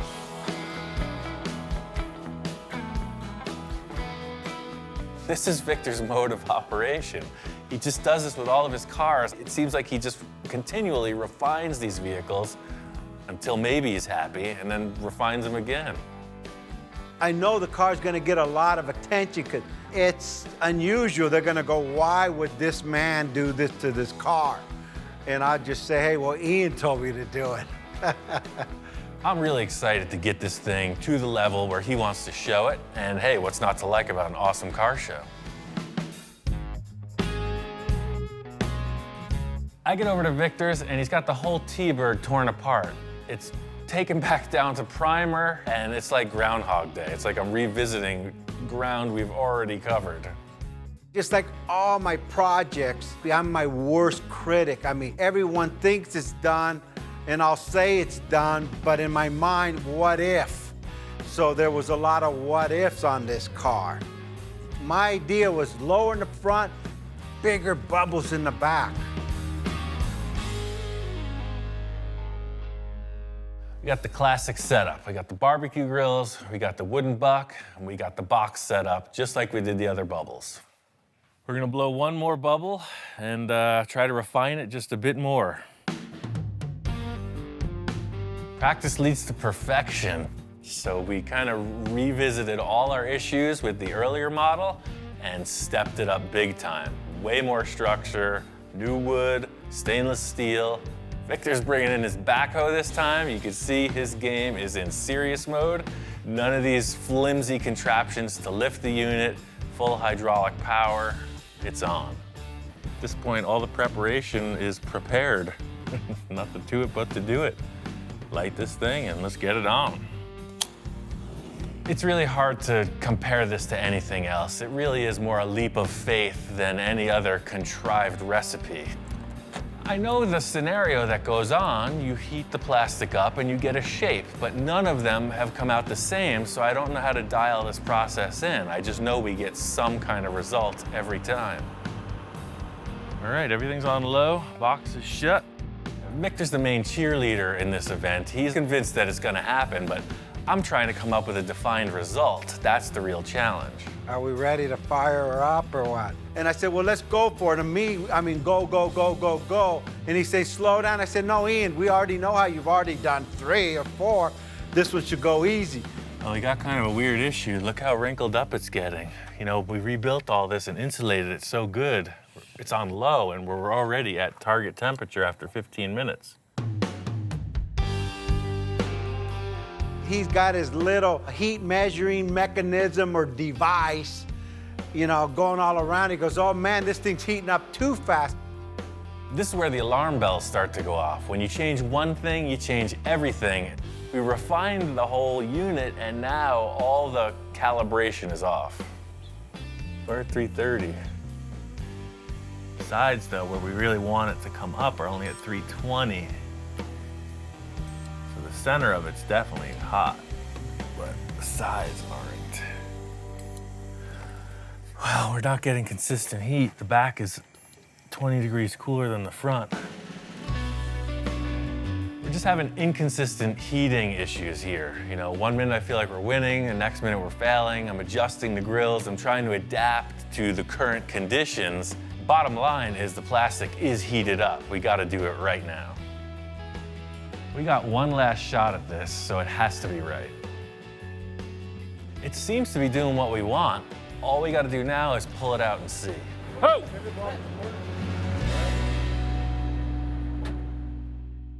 Captain, did we get it?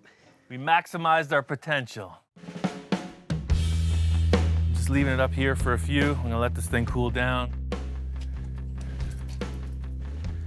It's good. It's just the top bubble needs to go in just a little. You want it to be a little bit smaller? Yeah, a little bit smaller on the top bubble. Everything looks good. Victor is looking it over. He wants the front of the bubble to be a little bit smaller, so I gotta let some air out of it. Yeah, I think it's about there. We pull it out of the oven, and in looking it over as time passes, it's deflated. We lost all that definition, man. Let's try to blow it up again. It all went away. I took a shot, tried to add more air to it, but it's already hardened. It's not blowing back up. Ah, man, we didn't get it. It's off the buck. There's no more shape in the back. I think it's a loss. We get the bubble out of the oven, and it's not only deflated where he wanted it to, but it deflated where we don't want it to. And at this point, you know, I just look over at Ian and I didn't know if there's anything more he could do to save this bubble. It's cooling off at a rapid rate. Last ditch effort, the only thing I can come up with is put it back in the oven. Try to reheat it, try to save it. Ian said, turn the barbecue grills back on. We're gonna reheat this thing and inflate it again. I know this is our last try at this. It's our last sheet of acrylic. I'm not giving up. We gotta get this.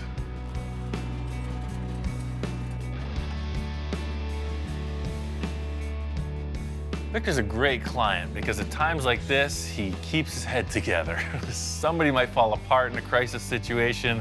This is how he rolls. I'm that guy that just thinks these crazy things up in hope they work. I mean, I'm even crossing my fingers now. Where we're gonna end up, nobody knows. I think Victor's kind of an adrenaline junkie.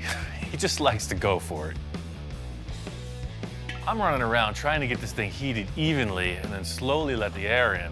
It looks like it's working. Seems to be doing just what it did before. It's taking its shape again. It's a good sign. Just gonna let it cool like this and not take the air off until it's solid. I am totally lucky that this thing reinflated. Completely dodged a bullet. It was a total fail. Looks like it's gonna recover. And I'm glad that we did what we did because originally the front bubble was too big. It was gonna look like a baseball cap. And it did deflate probably 2 or 3 inches. Way better, yeah. Victor and I are walking around looking at it, and it seems like we got what we needed, but you never know until it's out of the box and right side up.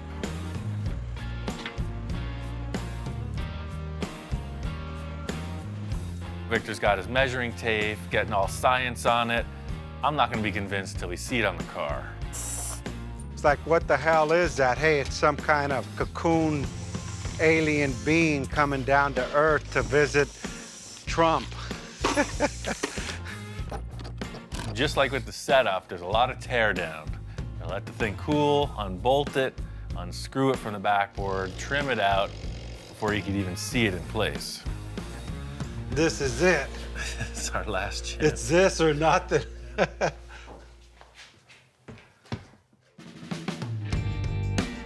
We go and put it on top of the car. No one says nothing. It's like, I didn't want to look at him. He didn't want to look at me. This is a really crazy shape. Bringing it in next to the car, checking it out. It's definitely wild. I just don't know if we need it that wild. Firstly, we're trying to create this unique shape that no one's ever done. And secondly, we're trying to make the car look better for it. So it's kind of a twofold approach. The ribs I love, but to me, the car's got a flow. The back flows, it's a little high on the front. I'm not sure it's working. And I said, Ian, you achieved what I wanted you to achieve, but it doesn't go into proportion with the car. It's flowing in the back. To me, this should be coming from this point. just because Ian wanted a bubble and a bubble and a bubble and a bubble. I couldn't live without he it. gave me all these bubbles, and I'm like, no, I don't know. I have one too many bubbles. Sometimes bigger isn't always better. I mean, it's an amazing plastic sculpture for sure, but it sort of dwarfs the proportions of the vehicle itself. I got an idea that just might remedy the situation. Looking at this latest bubble on the T-Bird, I'm not sure it's working. I got an idea that just might remedy the situation. Whenever he says he has an idea, I don't know what to expect, but I almost know it's a solution. Sometimes you gotta take things to the extreme to realize it may not be better. The whole grass is greener on the other side scenario sometimes doesn't stand up. Got me thinking about one of the earlier ones we made. The second bubble we blew was actually really nice. It was almost like a chop top. It was pretty low, super streamlined, just a perfect shape. Ian said, hey, remember the second bubble we did like a while back? I said, yeah. And luckily, I don't want to say hoarder, but I don't get rid of nada. I told Victor about my idea to use that bubble, and he ran with it. Now that we got this old bubble, it has a different flavor. Now it even goes more into the spaceship looking kind of deal. So I'm thinking, hey, I'm gonna redo the paint. I call my airbrush guy, you know, the wrap guy. I'm gonna change this thing all up. Victor had some really cool paint ideas, and that just set it off. I'm really looking forward to taking this thing to the Roadsters show, just to show off the design that we did on this car, just out of this world.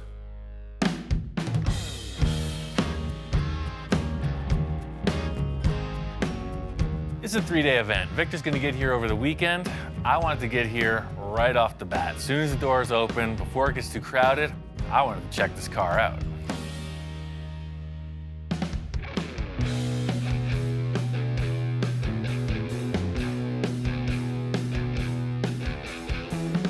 Finally got this car finished. The reason we decided to go with the smaller bubble is it just looked more streamlined. We made all those crazy accomplishments with the ridges and everything else, and in the end, we just felt like maybe that showed the car off better. It's got a really slick, low, streamlined look.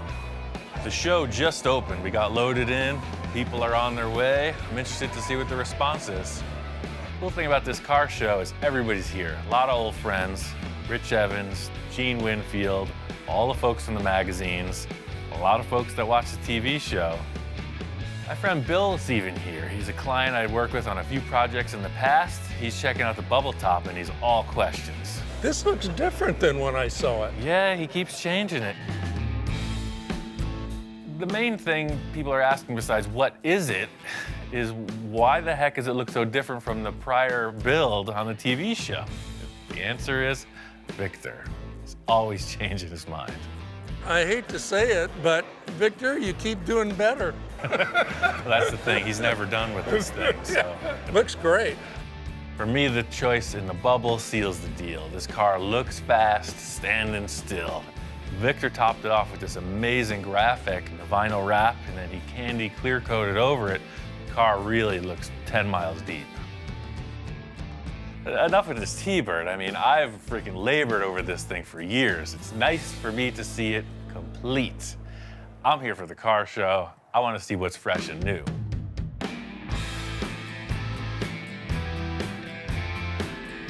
There's every different style of car here. The one thing in common is that they're all super refined. This is a top-notch event. Gotta check out the lowriders. This is where it's happening. I'm just always fascinated with the paint jobs on these cars. The hours they just spend on a paint job, it's like it takes as long to build a car as it does to paint it. Look how the pinstriping just freaking lights up on this. It's out of control. Look at the engine lid on this thing. That's probably vacuum form, but the same thing. It's definitely acrylic. Early blown VW engine. That's freaking epic. It's like a bubble top for the engine. There's tons of 50s cars here. You know, that's when the scene was really in its heyday. So the Tri-5 Chevy exhibit is in this building, and you can see they got them dialed in. In a room full of Tri-5 Chevys, guess which one I'm looking at? Oh yes, this is my pick.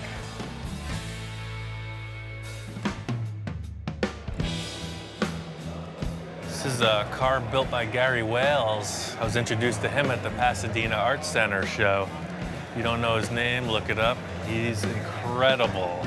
He should have a show, not me. Built these giant vehicles out of antique truck parts. He builds hot rods out of super nice, like Rolls-Royce parts. Just incredible craftsman.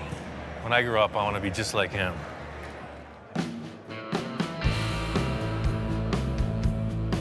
The Amber Award is not a color, it is an acronym.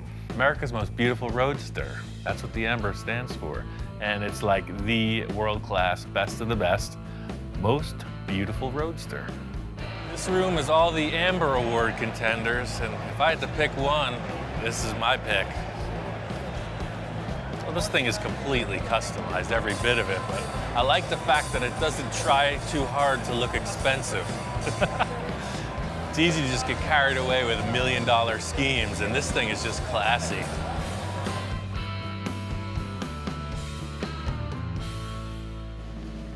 This is what we need more of. Walking around the show, I mean, there's a lot of nice stuff. It's also pretty predictable. I walk up on this one thing and I don't even know how to react. I've never seen anything like it. Whoever built this car is my hero. It's got a bar, it's got a telephone, it's got a chauffeur seat. This is the epitome of pimp styling. This makes me want to dress in a white tuxedo and entertain the ladies. What were they thinking? I need to know what they were thinking when they made this. This is one of those crazy 1960s concept cars. This is from the World of Wheels car show circuit, so it was really just like crazy stuff to get people in the door. So you see this thing on a poster and everybody wants to go to the show. The company that's doing all these restorations is Galpin Autosports. They have a whole showroom. It's like a giant museum of awesomeness. This is the ugliest car Ed Roth ever built. It's the Orbitron.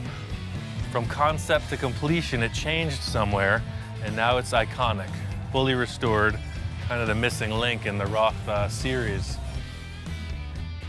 This show is off the hook, top-notch stuff. Pink Panther car made my day. My job is done here. Victor told me to meet him at the shop. He's driving it. And seeing this car in the sunlight, it freaking pops. This thing looks even better in the sun, man. Wow. You don't get it in the building, you know? The freaking thing lights up. It runs pretty good too. I almost got in 3 accidents coming home. I knew I shouldn't have drove it. Check it out. Here's our placing. He said you won an award. Wow. Yeah, we what the won. Heck, first place. And hand-built customs. There's a lot of competition in that room. Like crazy. There was a lot of high-end cars there, so I mean, to even place would have been an honor. First place is kind of like, wow. What else was in that class? Well, we were in the honor of Mr. Gene Winfield. True fact of the matter is Gene wins either way. He's the guy that showed me how to do the bubble top, so he takes some pride away from this whole thing too, because it's like, you know, kind of took me under his wing, showed me how it's done, and it's a great car as a result. Hey, I mean, you deserve that, the effort. I mean, you built this thing, what? 4 times. 4 times, well, let me see, 1, 2, yeah, only 4 times. Right. I really am breathing a sigh of relief for Victor, because this is like his payoff, you know, he's all about showing his work. Finally, we get some kind of end to this quest, and he gets a trophy out of it. Thanks for all that help, man. Look at what It's freaking great. we did. You building it, place. me with a little bit of input. Yeah, the thing you have is the tenacity, man. You just keep freaking doing it, you know? When I'm done with a car, I walk away from it. You just keep hammering it on this thing. Now that the car's outside, standing back and looking at it, this top was the right call.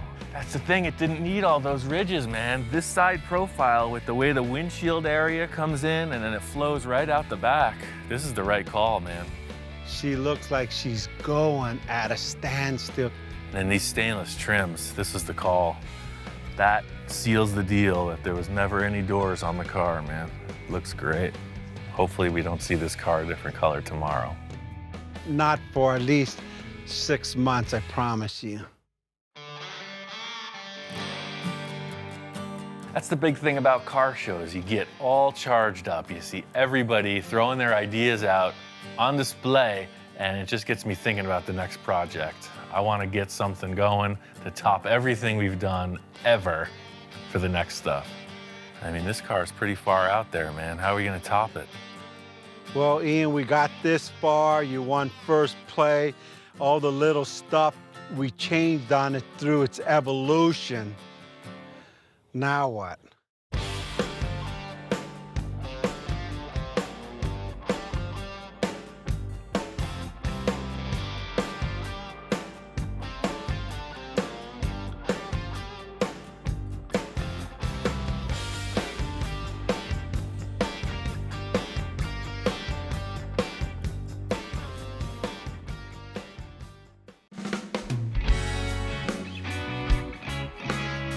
I think it's safe to say this project has been one of my most ambitious builds yet.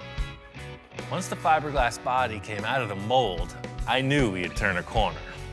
Now all I have to do is steer the ship home and avoid going off course, if you know what I mean.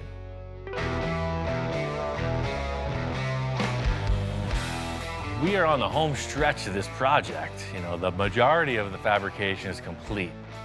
We couldn't find anything that looked right on the car as far as taillights go. So Victor says, hey, on top of every other thing you have to do, just knock off a custom set of taillights that looks awesome.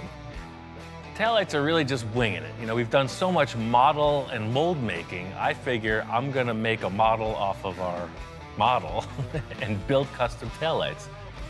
I haven't discussed this with Victor at all. He's coming over to check out what I'm up to. Hopefully, there's no modifications. Ian, what's going on? Hey, making progress, baby. Hey, sorry I haven't been able to come by. I've been so crazy busy at work. It's all good. It's just been super busy on the interior, and I knew we didn't have taillights, so I'm making up these housings. I cut open the body. I'm gonna make French-in taillight. The acrylic lenses, just like the bubble top. I'm gonna heat up red acrylic, and then these will be the housings. This foam comes out, and we'll put LEDs inside.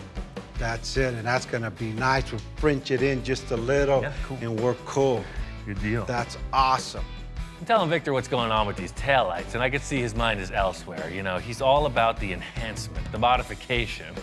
He mentioned that after this body came out of the mold, there was still a couple things he wanted to change, and now I'm concerned because he's got that look in his eye. After it came out of the mold, I was really looking at it.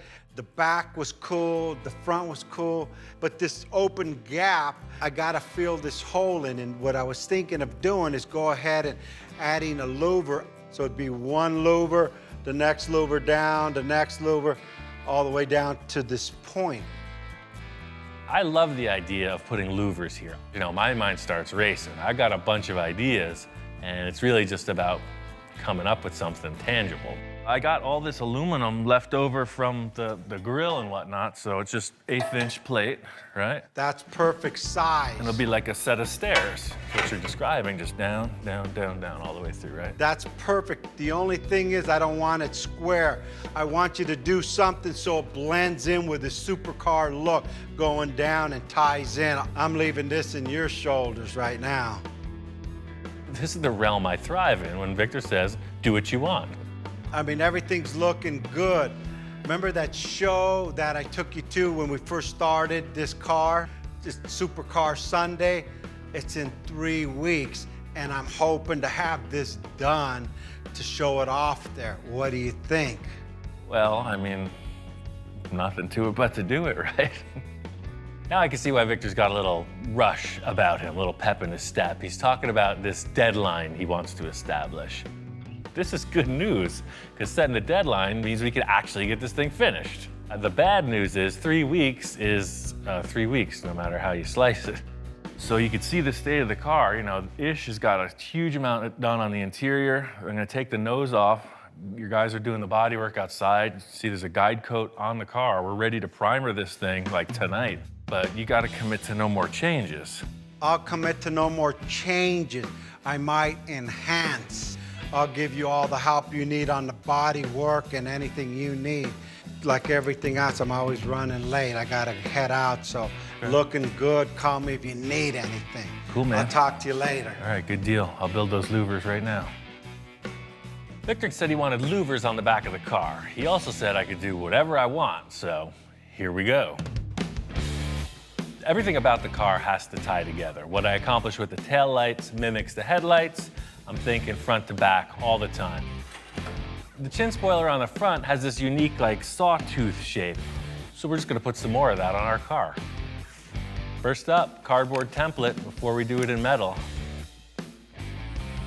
Just a little bit more accent on that. That's a keeper right there, right away, you know it. Thing is, I don't want to come off as like that dated 80s, 90s rear window louver style. I want something unique, something full custom, something high-end, something classy, something money, baby. Putting this hardware in place, countersink the screws, it's really starting to look like something. I think I'm on the right track with this, but I won't know until I make a bunch of them. All right, 4 in a row. The concept here is I need these guys to seemingly float in space above each other, perfectly spaced, in a row, and be strong. This is all about what it looks like on the car, so it looks fancy on the table, might not be right on the vehicle. Oh yeah, totally. That's what I was hoping it would turn out to look like. You know, it looks fast. Looks like a stealth fighter or something. I'm gonna make 11 more, fill up that space, bolt them together.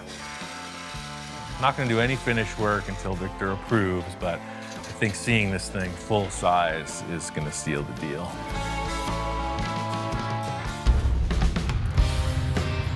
I got both the taillights finished up, and I'm just working on finalizing this louver set. I really like this. I can't wait for Victor to see it. He didn't have any requests on how these were gonna be created, what they looked like, etc. So he's coming in cold. Ian, how's it going? I do a little metal work in my spare time when I'm not doing fiberglass for months, so I came up with this, you know, just winging it. That's called fabrication at its best. Look at that. This guy, again, went up and above what I asked for. I just thought the front spoiler had such a cool shape, you know, the Lamborghini chin spoiler, the air dam. I just used those 3 points and just shrunk it down. Brilliant idea. It's gonna all flow together with the front to the back. Exactly. He's nodding, he's into it, he's digging it. I really just want to show it to him on the car. That's what sells it. Yeah, I haven't even seen it full size yet, so. Putting it on the surface of the car, there it is. You could tell it's meant to be. Takes that giant negative space in the car and it enhances it. Wow, that looks freaking gnarly, man. Like real. Like an angry machine. That matches this car perfect. Victor's not a man of few words, and he also likes his enhancements, and you can see he's into this. I'll put it on this hinge, that way it's like a hatchback, you know? That opens, you can get stuff in there if you need it, and it'll latch down just like the trunk did. Cool. Look at with the light that you put in. Oh yeah, I built those taillights too. Let me show you what that's about.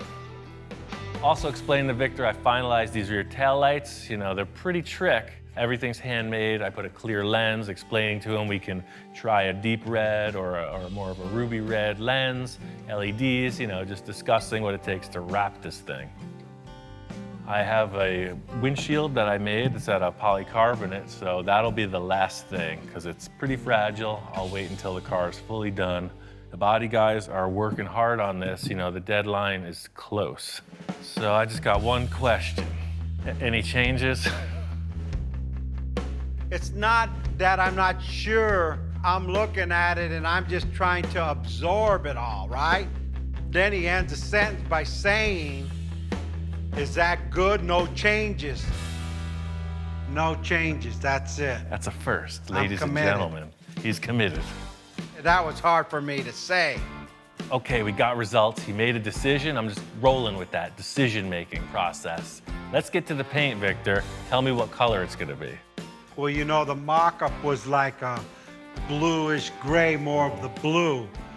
It looked pretty good, but I think I'm gonna go with a gray or silver or maybe a red or black.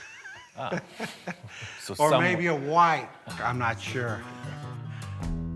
Victor looks like he's just gonna stop. He's like, I think silver or white. And you know, we might have to paint it a couple times.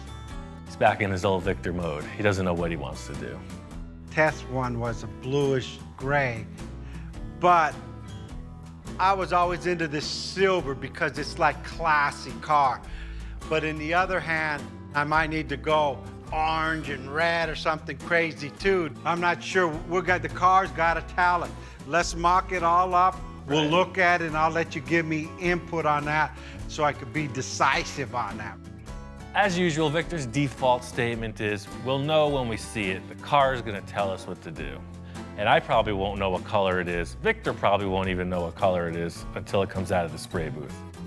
I'll get with Ish and Lino to get this all finished up inside. Cool, yeah, you get on the fabric detail, I'll get on the primer and pre-assembly, and you know, the deadline is upon us, man.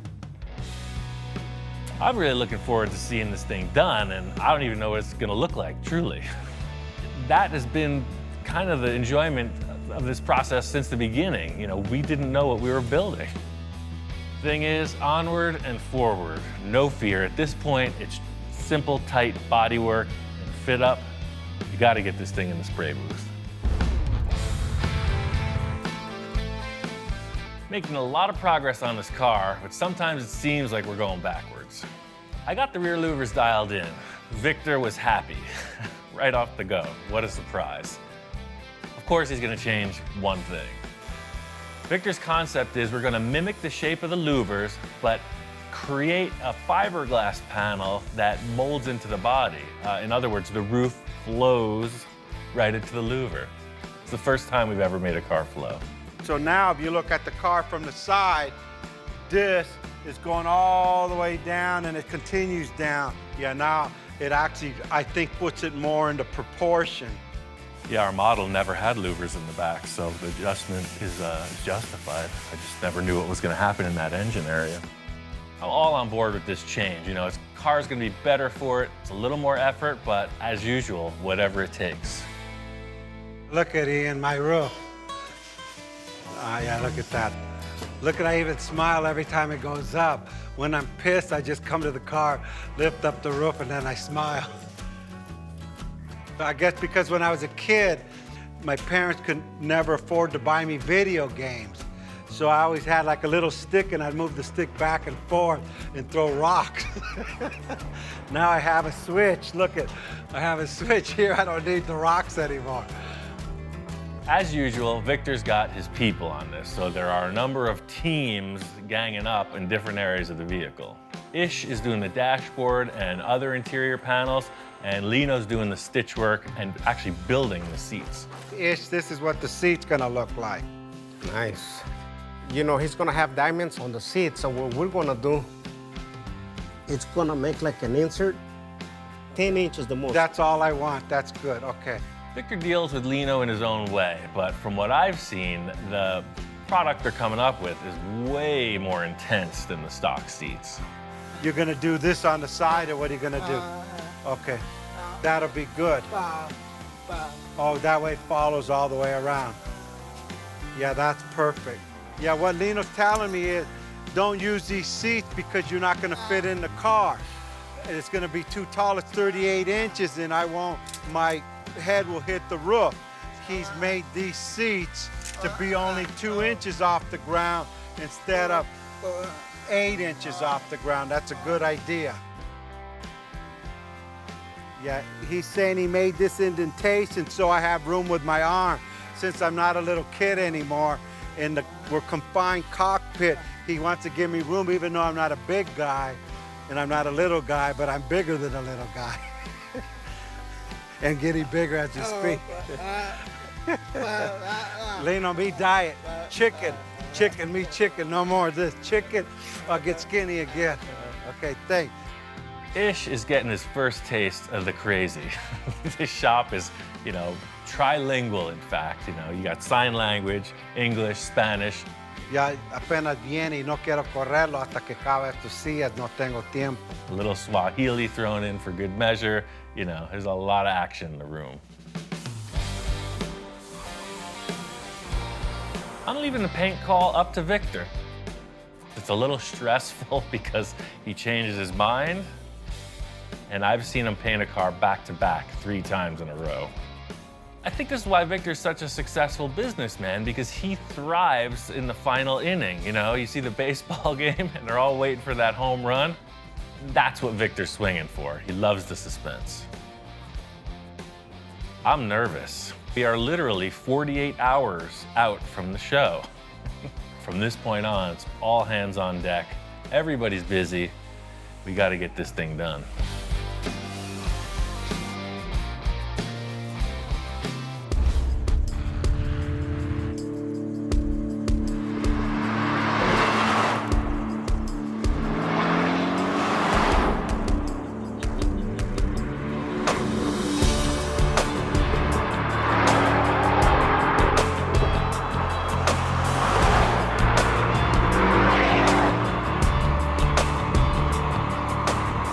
Got this car finished up and took it out for a test drive. You haven't been able to stand back and look at this car outside of the shop. It's a whole different perspective getting it out in the real world. Surprisingly, Victor went with a white paint job, used a little pearl in it, and contrasted that with all black details. Lino and Ish went nuts on the interior. It's completely hand-built. We left the stock gauge cluster, the steering wheel's there, special rocket launcher flipper switches for the nose to open and the roof to open, black rims, blacked out lights, blacked out the rear louvers also. Another last-minute element was this rear spoiler. We made these side fins. They're made in the same way as the rear louvers. The last check off on this list was the shop inspector's approval. It's 2 paws up, no requests, no concerns.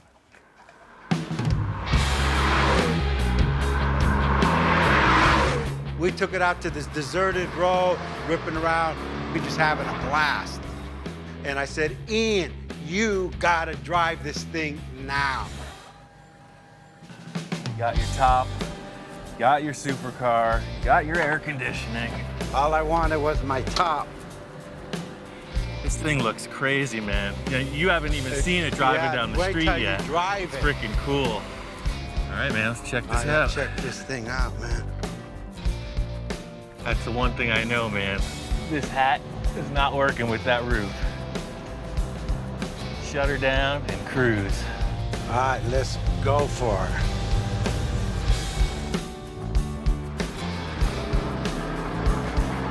This car's driving great. Victor wants to take it to the show. I want to see how people are going to respond.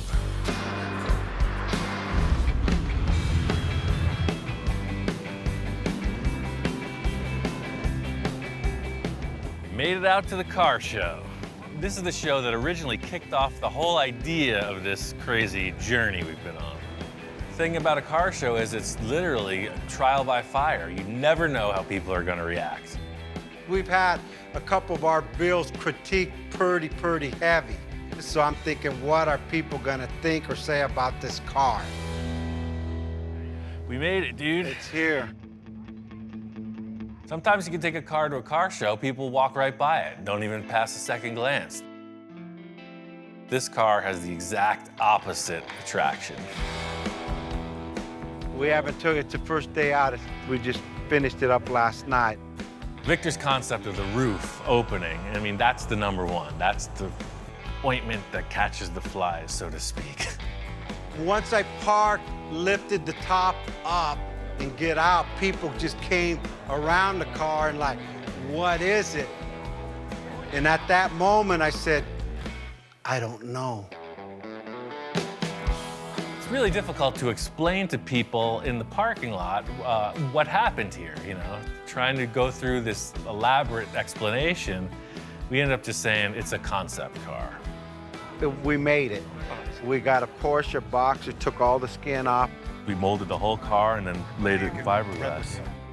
And then Dustin, the promoter of the show, came up to us and we explained what we had done, and he was kind of like, wow. We came to the show 6 months ago. We were inspired by the supercars. We built hot rods. They said, hey, let's build ourselves one. And this is what we still need a lot of detail, but apparently he was inspired by coming here, which is one of the reasons I do it, and I just hope that everyone can look at that and follow his example and say, you know what, I want to create something, I want to do something different, I want to go for it. And that's the embodiment, in my opinion, of the car world, the car scene, is that you can do it if you go for it and you take that step. So I think it's awesome. Dad, this is amazing.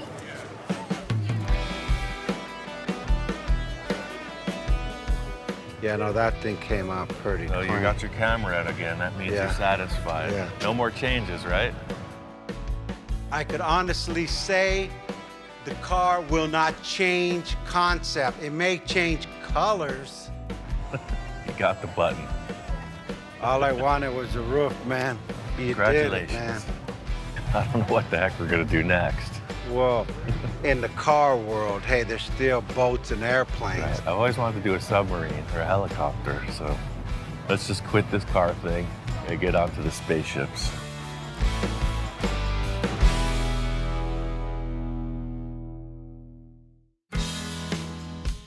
From the onset of this request by Victor, I was concerned.